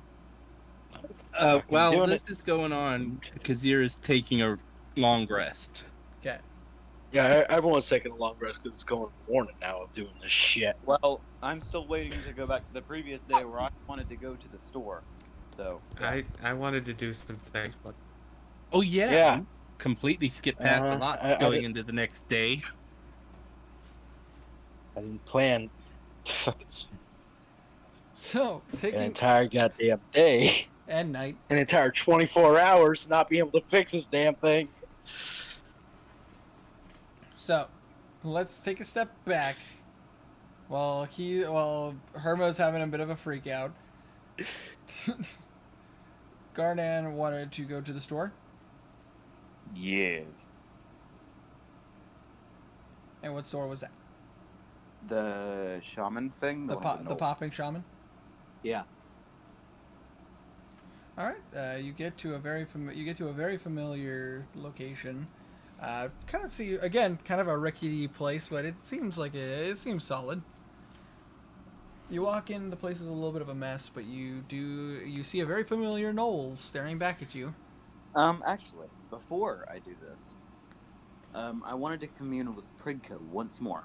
All right. You focus in on Pritka, and he does appear to you. This is just before I leave, by the way. Okay. Winter, I know I DM'd you about it. Let me reread it real quick. Okay. Okay, yeah. I wanted to talk to you. I wanted to talk to him about what I talked to you You don't have to with About- the tuning to a new weapon thing. see one door like that. I locked the door, Okay. so you don't have to. Basically, just asking him what would happen if I were to attempt to attune to a new weapon. If you step away from the Ravager, you will lose some abilities, but you will gain abilities from others. So there's a trade-off, but but no matter what weapon you use, I will come with it, and you will get your own abilities. So basically, he explains to you that if you change weapons, you'll lose some advantages, but you will gain advantages from the other weapons that you choose. Basically, it's like using a different weapon, essentially. Okay. It's just that you will no longer get the Ravenger's bonuses. You will get the whatever weapon you're using's bonuses. My theory was that it would do what it does with the Warlock Pact of the Chain and infuses itself within the Ravager, which I would be cool with. I would honestly prefer that over using a new weapon because I really like the Ravager. It basically, in a sense, I mean, we could always work on something to make this concept cool, but Okay. as far as he explains, he basically says, like, yes, you can use this. However, there are some trade-offs to doing different things. The way I picture it is like the Ravengers, you're kind of your arcane focus as a witch. But he basically Pritka basically explains that if you change weapons, the Ravager is still connected. If that makes sense. It's just that the Ravager itself is also a blade. So if you trade off, you may basically, if you want to, we can work on something that would either transfer abilities or maybe even just an absorption of another weapon. But I would prefer to do the absorption. then off camera, me and you can have a conversation and kind of come up with a cool idea to explain that. Since this is such an experimental thing, there's still stuff prone to change. I would not be against taking a concept like that, considering you, unlike Alosa, you don't use an Athame, you use the Ravager. Right. So, I would say that it does beg the question of could the Ravager, as your arcane focus and the weapon that was originally connected to Pritka, there could be something with that either absorbs or at least an ability to be able to change things, if that makes sense. I mean, I assume with how powerful the Ravager is, it could absorb. It certainly could, considering the fact that it's not a standard blade. Yeah. But anyway, back to the show. Back to your regular scheduled program. I am. Well, hold on. But one more thing. Could it be any weapon, or does it have to be specifically a greatsword? It could be any weapon. Any weapon? Cool. Yes. Just making sure. Yeah. This isn't like the Hexblade Warlock, where you're limited to the blade. Okay. Cool. I mean, Remind me what the shop owner's name is, because I don't remember. oh, that would be, I believe it's Ramek is the name. His name. Or Ramek, yeah. Rramic. Okay. Ramek. Hello. Hi! How can I help you today? I am looking for any sort of powerful, magical sword or blade of any kind.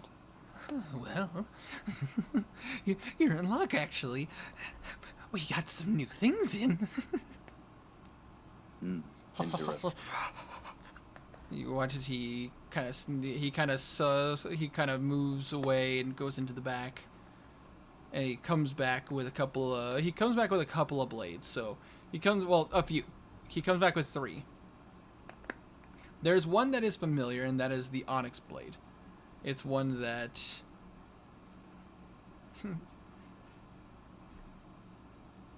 It's the onyx blade. The other couple.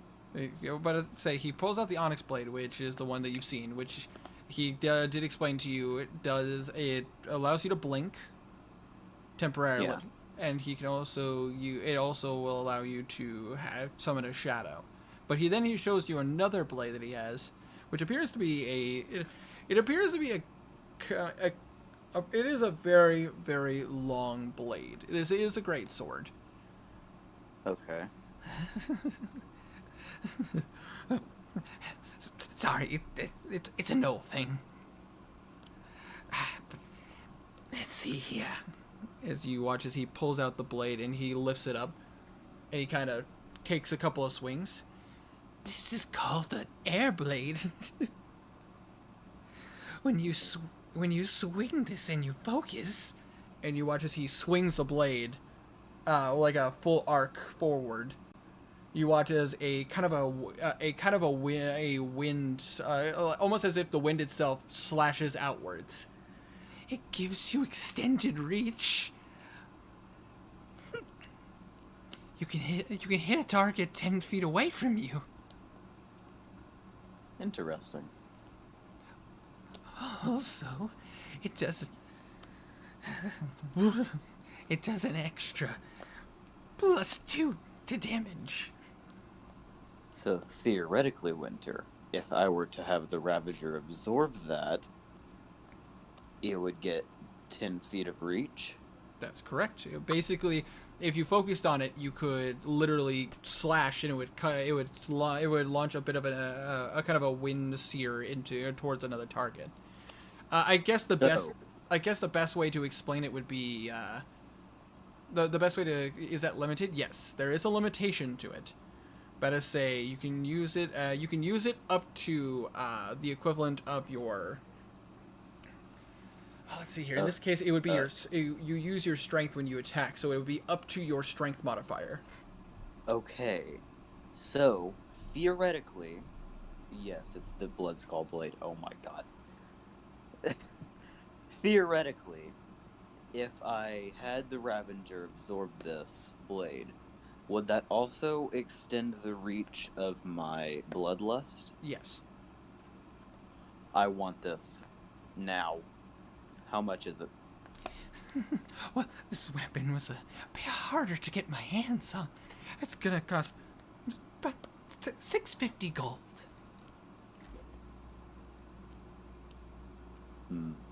Okay. What's the other one? He pulls out the other weapon, which appears to be actually a very unique looking item. It appears to be a very, very long staff.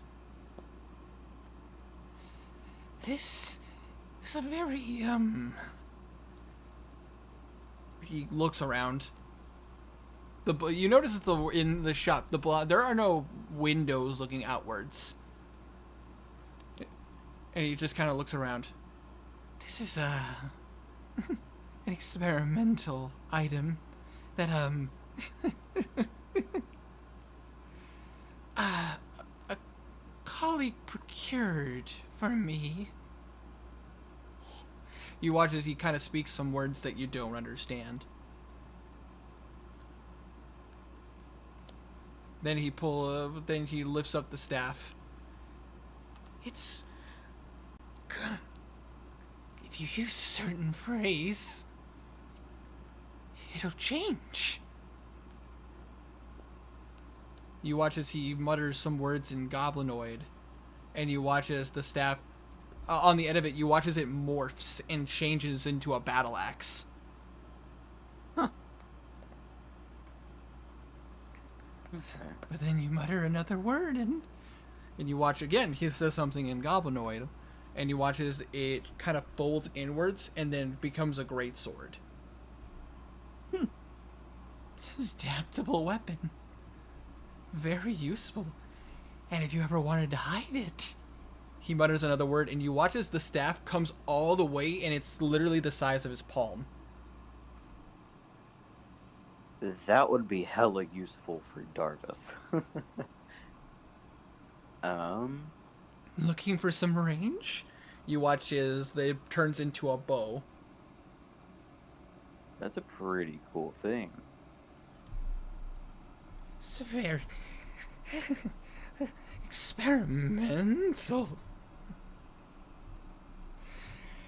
Got it from these ruins, apparently. Romic, I request that you keep that air blade on hold for me. I'll be back in a little bit. Can do. Garnan is then going to leave and go find Blue, because I need a loan. I need a loan. Gotta go to the Bank of Blue. Blue. Blue. What? I found a cool weapon and I need a loan. How much? 350. Well, let me just write down this for you. I'll just put it on your tab. Blue pulls out a piece of paper and some ink and writes down some stuff, and then gives him 350. I'll be back in a little bit. Alright. I just imagine Garnan gets into some trouble. It's like, Blue, please heal me. I don't know. Where's that 350 you owe me? I'm gonna go back to the shop. Alright. You head back and you see Romic is currently cleaning his shop and everything. He sees you like, you're back. I'm back to get that air blade you had. I see. And you watch as he goes off to the back and he comes back with a little bit of a hobble and he shows you the blade. 650. 650 gold. Garnan hands it to him. He will take it and he will hand you the blade. I will take it. I hope you enjoy it. I love a satisfied customer. I'm going to put the air blade in the bag of holding and then walk back towards Blue. All right, you do that with no issues. Blue. What? I got a new weapon. I need to see if it's cursed. I sense a trend coming on. I do not trust. Fine. Lay it on the table. Blue's still waiting for the Orkman group to finish. I put it on the table. You do see I that ritual. the Orkman group is kind of going on double encore. Alright, I'm ritual cast identify on it. Okay. You cast Identify on it, and yes, it is exactly as it says. Basically, the wielder of this gets an extended reach of 10 feet when you use its wind blade abilities. It basically is an arc slash. It kind of reminds me of the weapon from Dark Souls 3, the weapon that you use to fight Yorm the Giant. Moonlight Greatsword? Yeah. Oh, the storm. I'm sorry for interrupting, but just out of curiosity, how much was that staff changing thing? You don't know. Nobody asked. Ah, dang it. I'll run back and ask real quick. Give me a sec. By the way, I actually wrote down Guardian with me 350. Noted. Oh. But Cool. anyways, he basically, you see that you can use this wind blade ability up to the equivalent. It's the Bloodskull blade from Skyrim. Yes, it is. But the inspiration for it originally was the weapon. Storm Ruler. Yeah, the Storm Ruler, which is the weapon you use against Yorm the Giant in Dark Souls 3. But anyways, it does have a limitation to the equivalent of your attacking modifier. So in your case, it is your strength modifier. So you can Oh, so -1. well, for you -1. For Gardan, it is 4. And after a rest, it will recharge. Basically, the weapon kind of saps from you in order to use the wind blade. So once you've rested, you get them back. Short or long rest? Now, I specifically asked Blue to check if it was cursed. I was checking for curse. Yes, it is every long rest because it is sapping your strength. Okay. It's not going to cause you to go into exhaustion or anything like that, but that's the limitation that it has. Before it won't work. But you do get all your bonuses and everything, even though you're a distance away. Nice, but Winter, Nice. is it cursed? It is to be continued. Oh, come on! No, I'm just kidding. This isn't JoJo's Bizarre Adventures. Cue the meme music. but anyways, no. Is it cursed? No, Okay, it is never- not cursed. Okay. Good. Okay. Maybe. I'm gonna go upstairs, and while I do, in my head, break up. What? In his head, he's asking What? for Oh. his spirit. Oh, I'm going to go upstairs and attune to it. All right. You just And I want Ravager to absorb it so I can get that +10 reach, because that's amazing. all right. And the +2 damage. Oh, would it also get the +2 damage? Yep. Okay. But- ooh, wow. But the damage Yeah. only. But the extra. And let me explain this. That +2 from the other weapon does add on to the Ravager, but only when you use the Windblade ability. Okay. Yes. So it's not like, oh yeah, I get to do a +2 to attack and then +4 to damage, but not on every single hit. But if you use its Windblade ability, it is an extra that I will allow that extra +2 to damage, so it'll be +4 to damage. Nice. The Ravager's a +1, Winter. Oh, is it a +1? Okay, so in this case it would Yeah. be whenever you use the Windblade ability, it's a +3. No. Winter, aren't there 3 people in the workman group? Yes, there are. Okay. I put 101 gold on stage. You put how much? 101 gold onto the stage. That would mean everybody gets 33 gold except for 2 members get 35. 34, sorry. Math. Everyone gets 33 gold, but one person gets one extra. Well, you put 101. So 33. 101. Yeah, 101 divided by 3. That Oh, is. yeah. No. Well, 2 of them get an extra 1, and 1 gets left out. The roll. Fine, I'll put 100. 102. 102. Then everybody gets 34. They will happily accept it, and they look down at you very appreciatively, as they're like, "Thanks, man." And they are performing their hearts out, and they are a local favorite.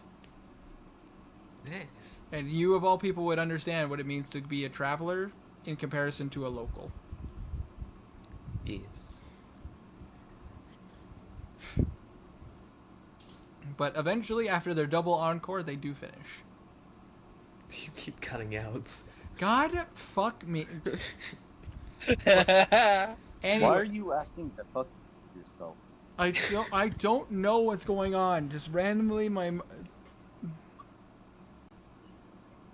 Jesus. Again! Oh, that's tragic. Again, you cut out. Oh. powerful ass Have you sword. gone Accurate. silent? That is. Alright. Hold on. Take you Wait, from wait, this- wait. Hold on. Hold on, Benny. Winter, could I use that strength thing, the reach? Could I use one of those to give the +5 reach to anyone who would be struck? to give them AC?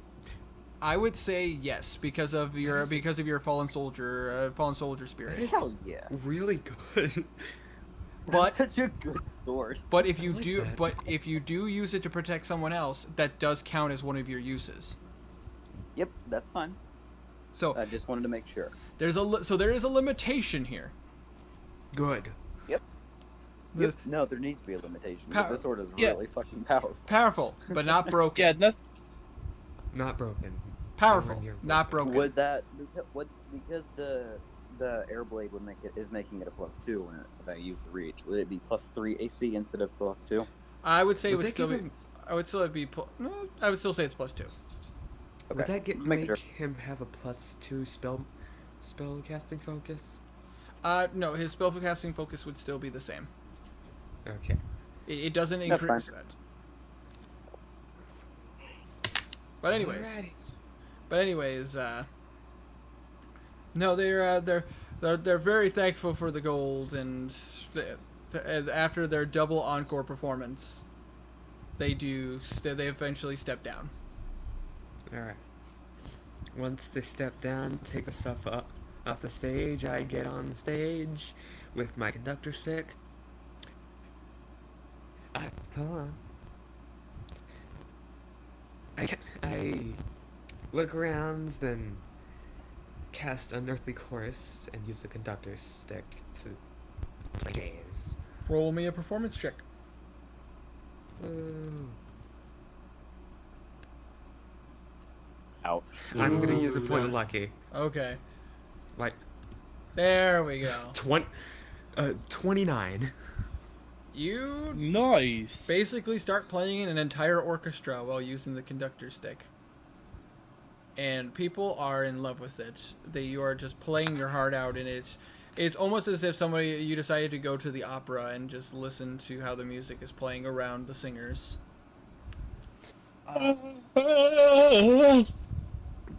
With that performance, Pardon me. you do gain 50 gold pieces. Nice. Dang. You could with the unearthly chorus, you're also bringing in a lot of people. Do I keep cutting And- out? God damn it! Yep. With the Now Ralph doing it too. with the Ralph did it for a moment. with the unearthly chorus, you are bringing people in, and that's why you're getting so much gold. People can hear it from 100 feet away, so yeah. Exactly. Makes sense. You've already made back almost a lot of the gold I just took from you. That's great. Well, you know. I made back half the gold I gave to the previous performers. Perks of the class. Bard! Say Nice. Blue may not be able to take hits like Garnan, and he may not exactly have the same range as some people. But you know what?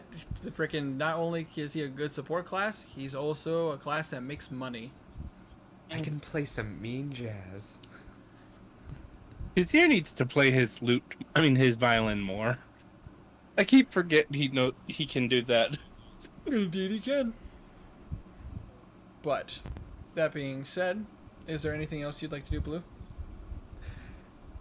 Well, Well, that is Once true. I'm Henrik done- does. yes. Once I'm done, I'd like to go up to the bar and get wasted. Alright. Roll me a Constitution saving throw. Okay.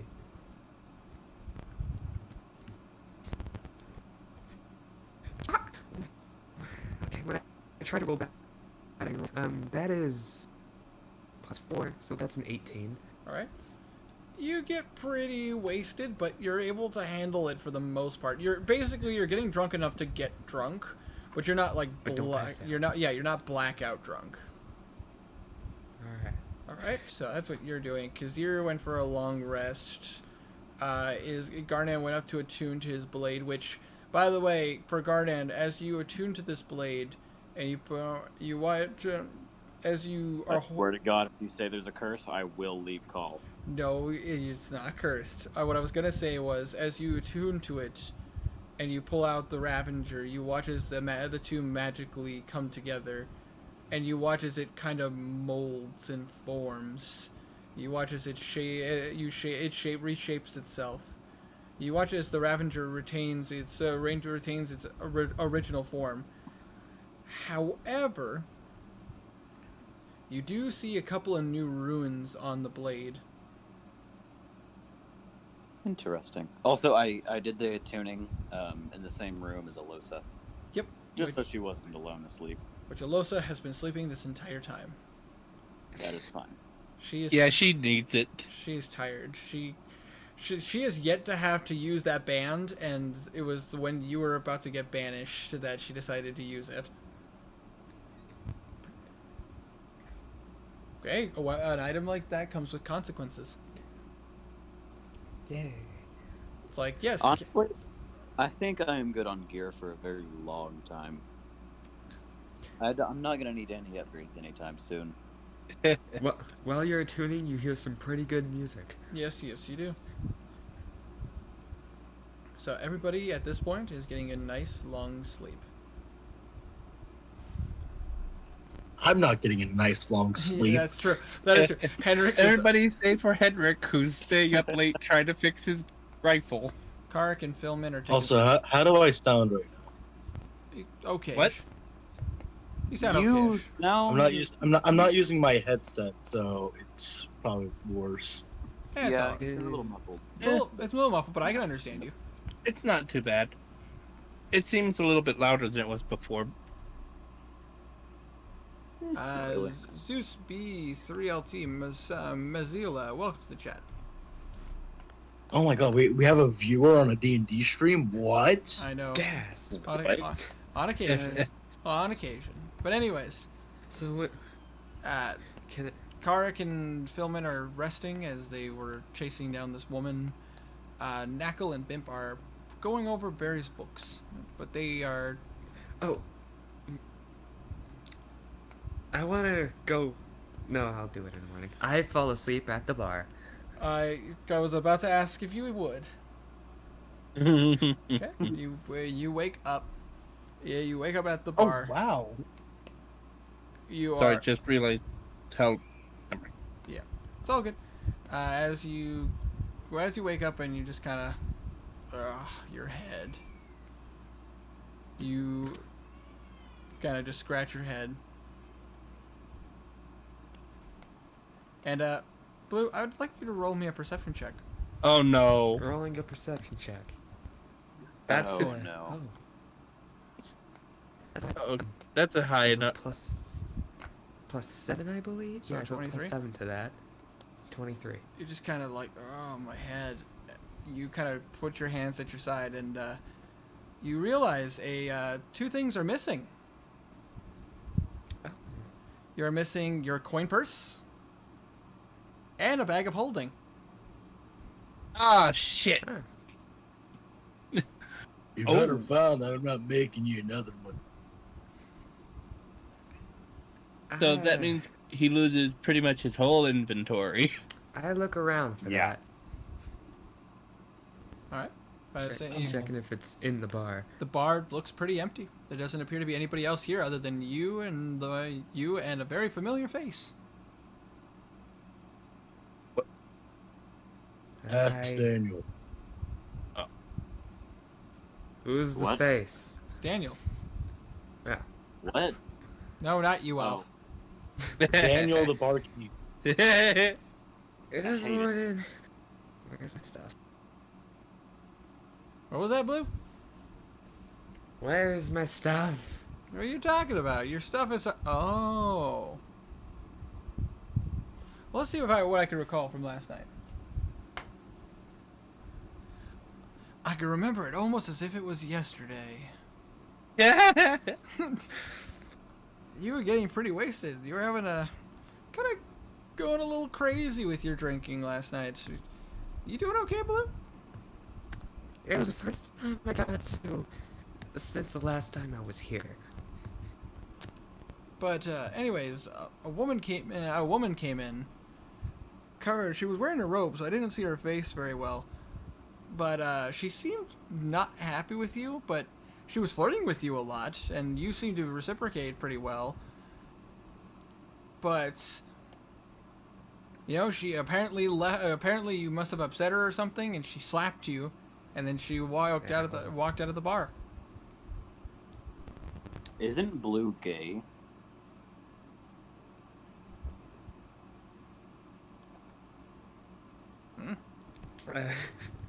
Isn't he? Wait.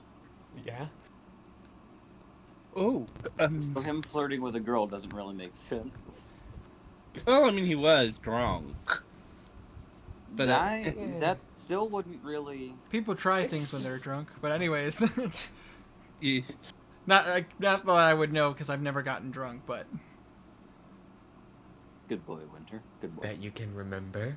that I can remember. Yes, that I can remember. You know, of all the 2 times I've went out drinking. And the one thing of Mike's heart. yeah, I forgot about that quest. It's the side quest, A Night to Remember. That's one of the best missions in all of Skyrim. Agreed. It's by far my favorite Daedric mission in all of Skyrim. Having to get the ring back from the hag. Oh God. Who wants to consummate your marriage and everything? It's like, no, gross. No, I don't want that. Anything but that. I need an adult. I am an adult. Oh, the Lord, no. Oh. But that's another thing that only a handful of people will get that reference. And you cut out. Alright, what else? But, let's see. There were also some younglings that came in last night. We've had to deal with we've had to deal with some orphans and everything, and they've been known for pickpocketing. An entire bag? You see him You kinda- were drunk. You see him kind of shrug. You did get plastered.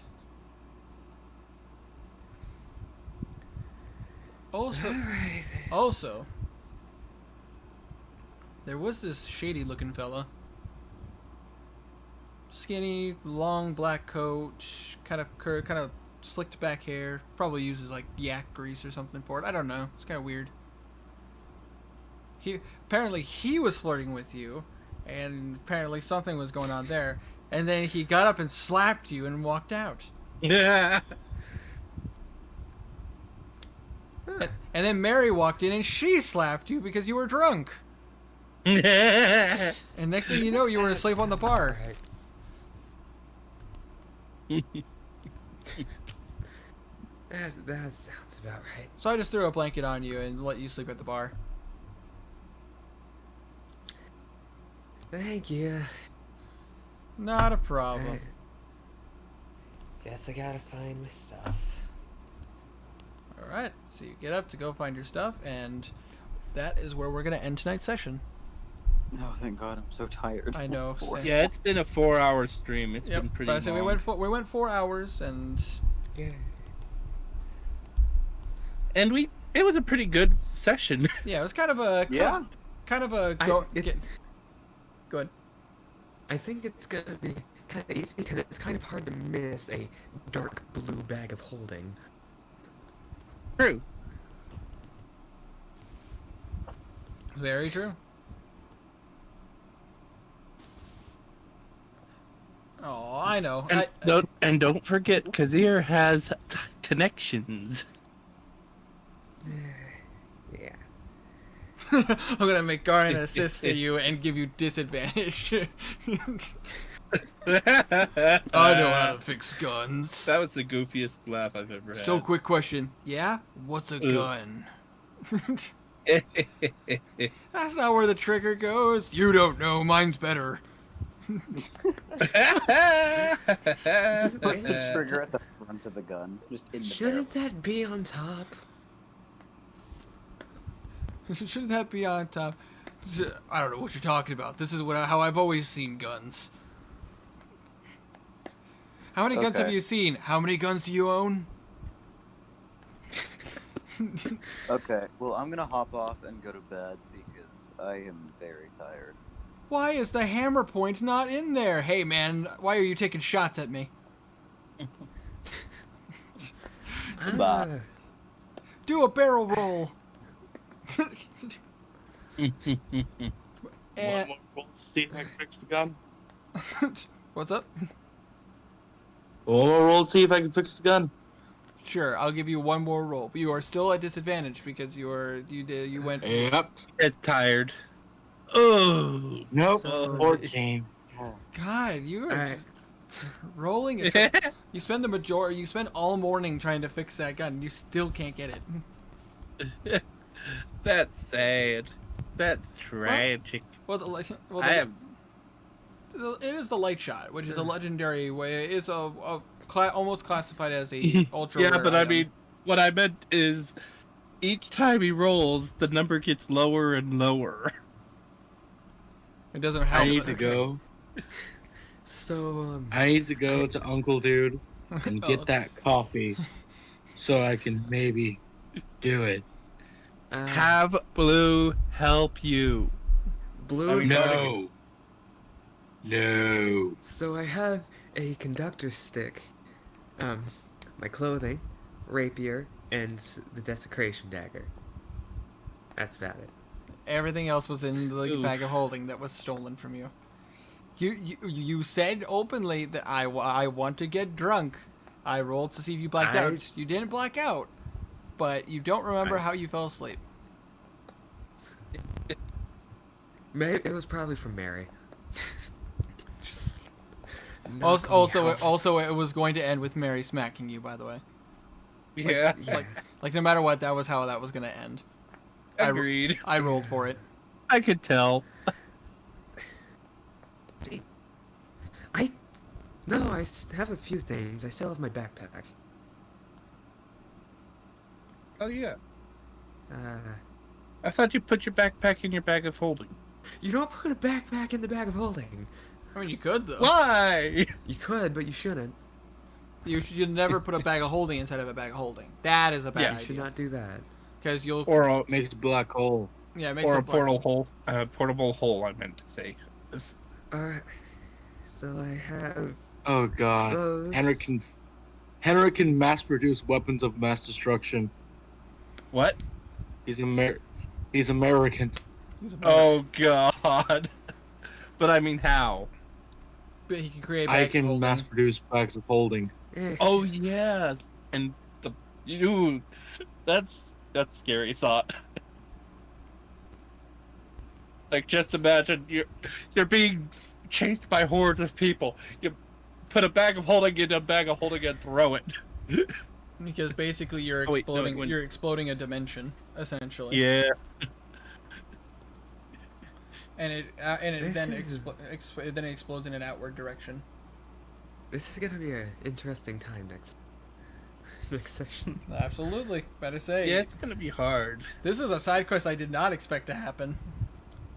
I expected this, to be honest. I prepared it for this specific situation. I 100% I can't. expected this. Fix my gun. You need to sleep. I can picture that must fix gun getting so tired he not- starts I'm jabbing. not sleeping, so the gun is fixed. But That thank, actually works really well for that character. but thank you guys so much for watching. I hope you guys did enjoy. If you did, make sure you press down that like button. Like there's no tomorrow. And hopefully, guys, I'll see you in the next stream, which is Sunday Night Oblivion. So make sure you all take care. Stay healthy.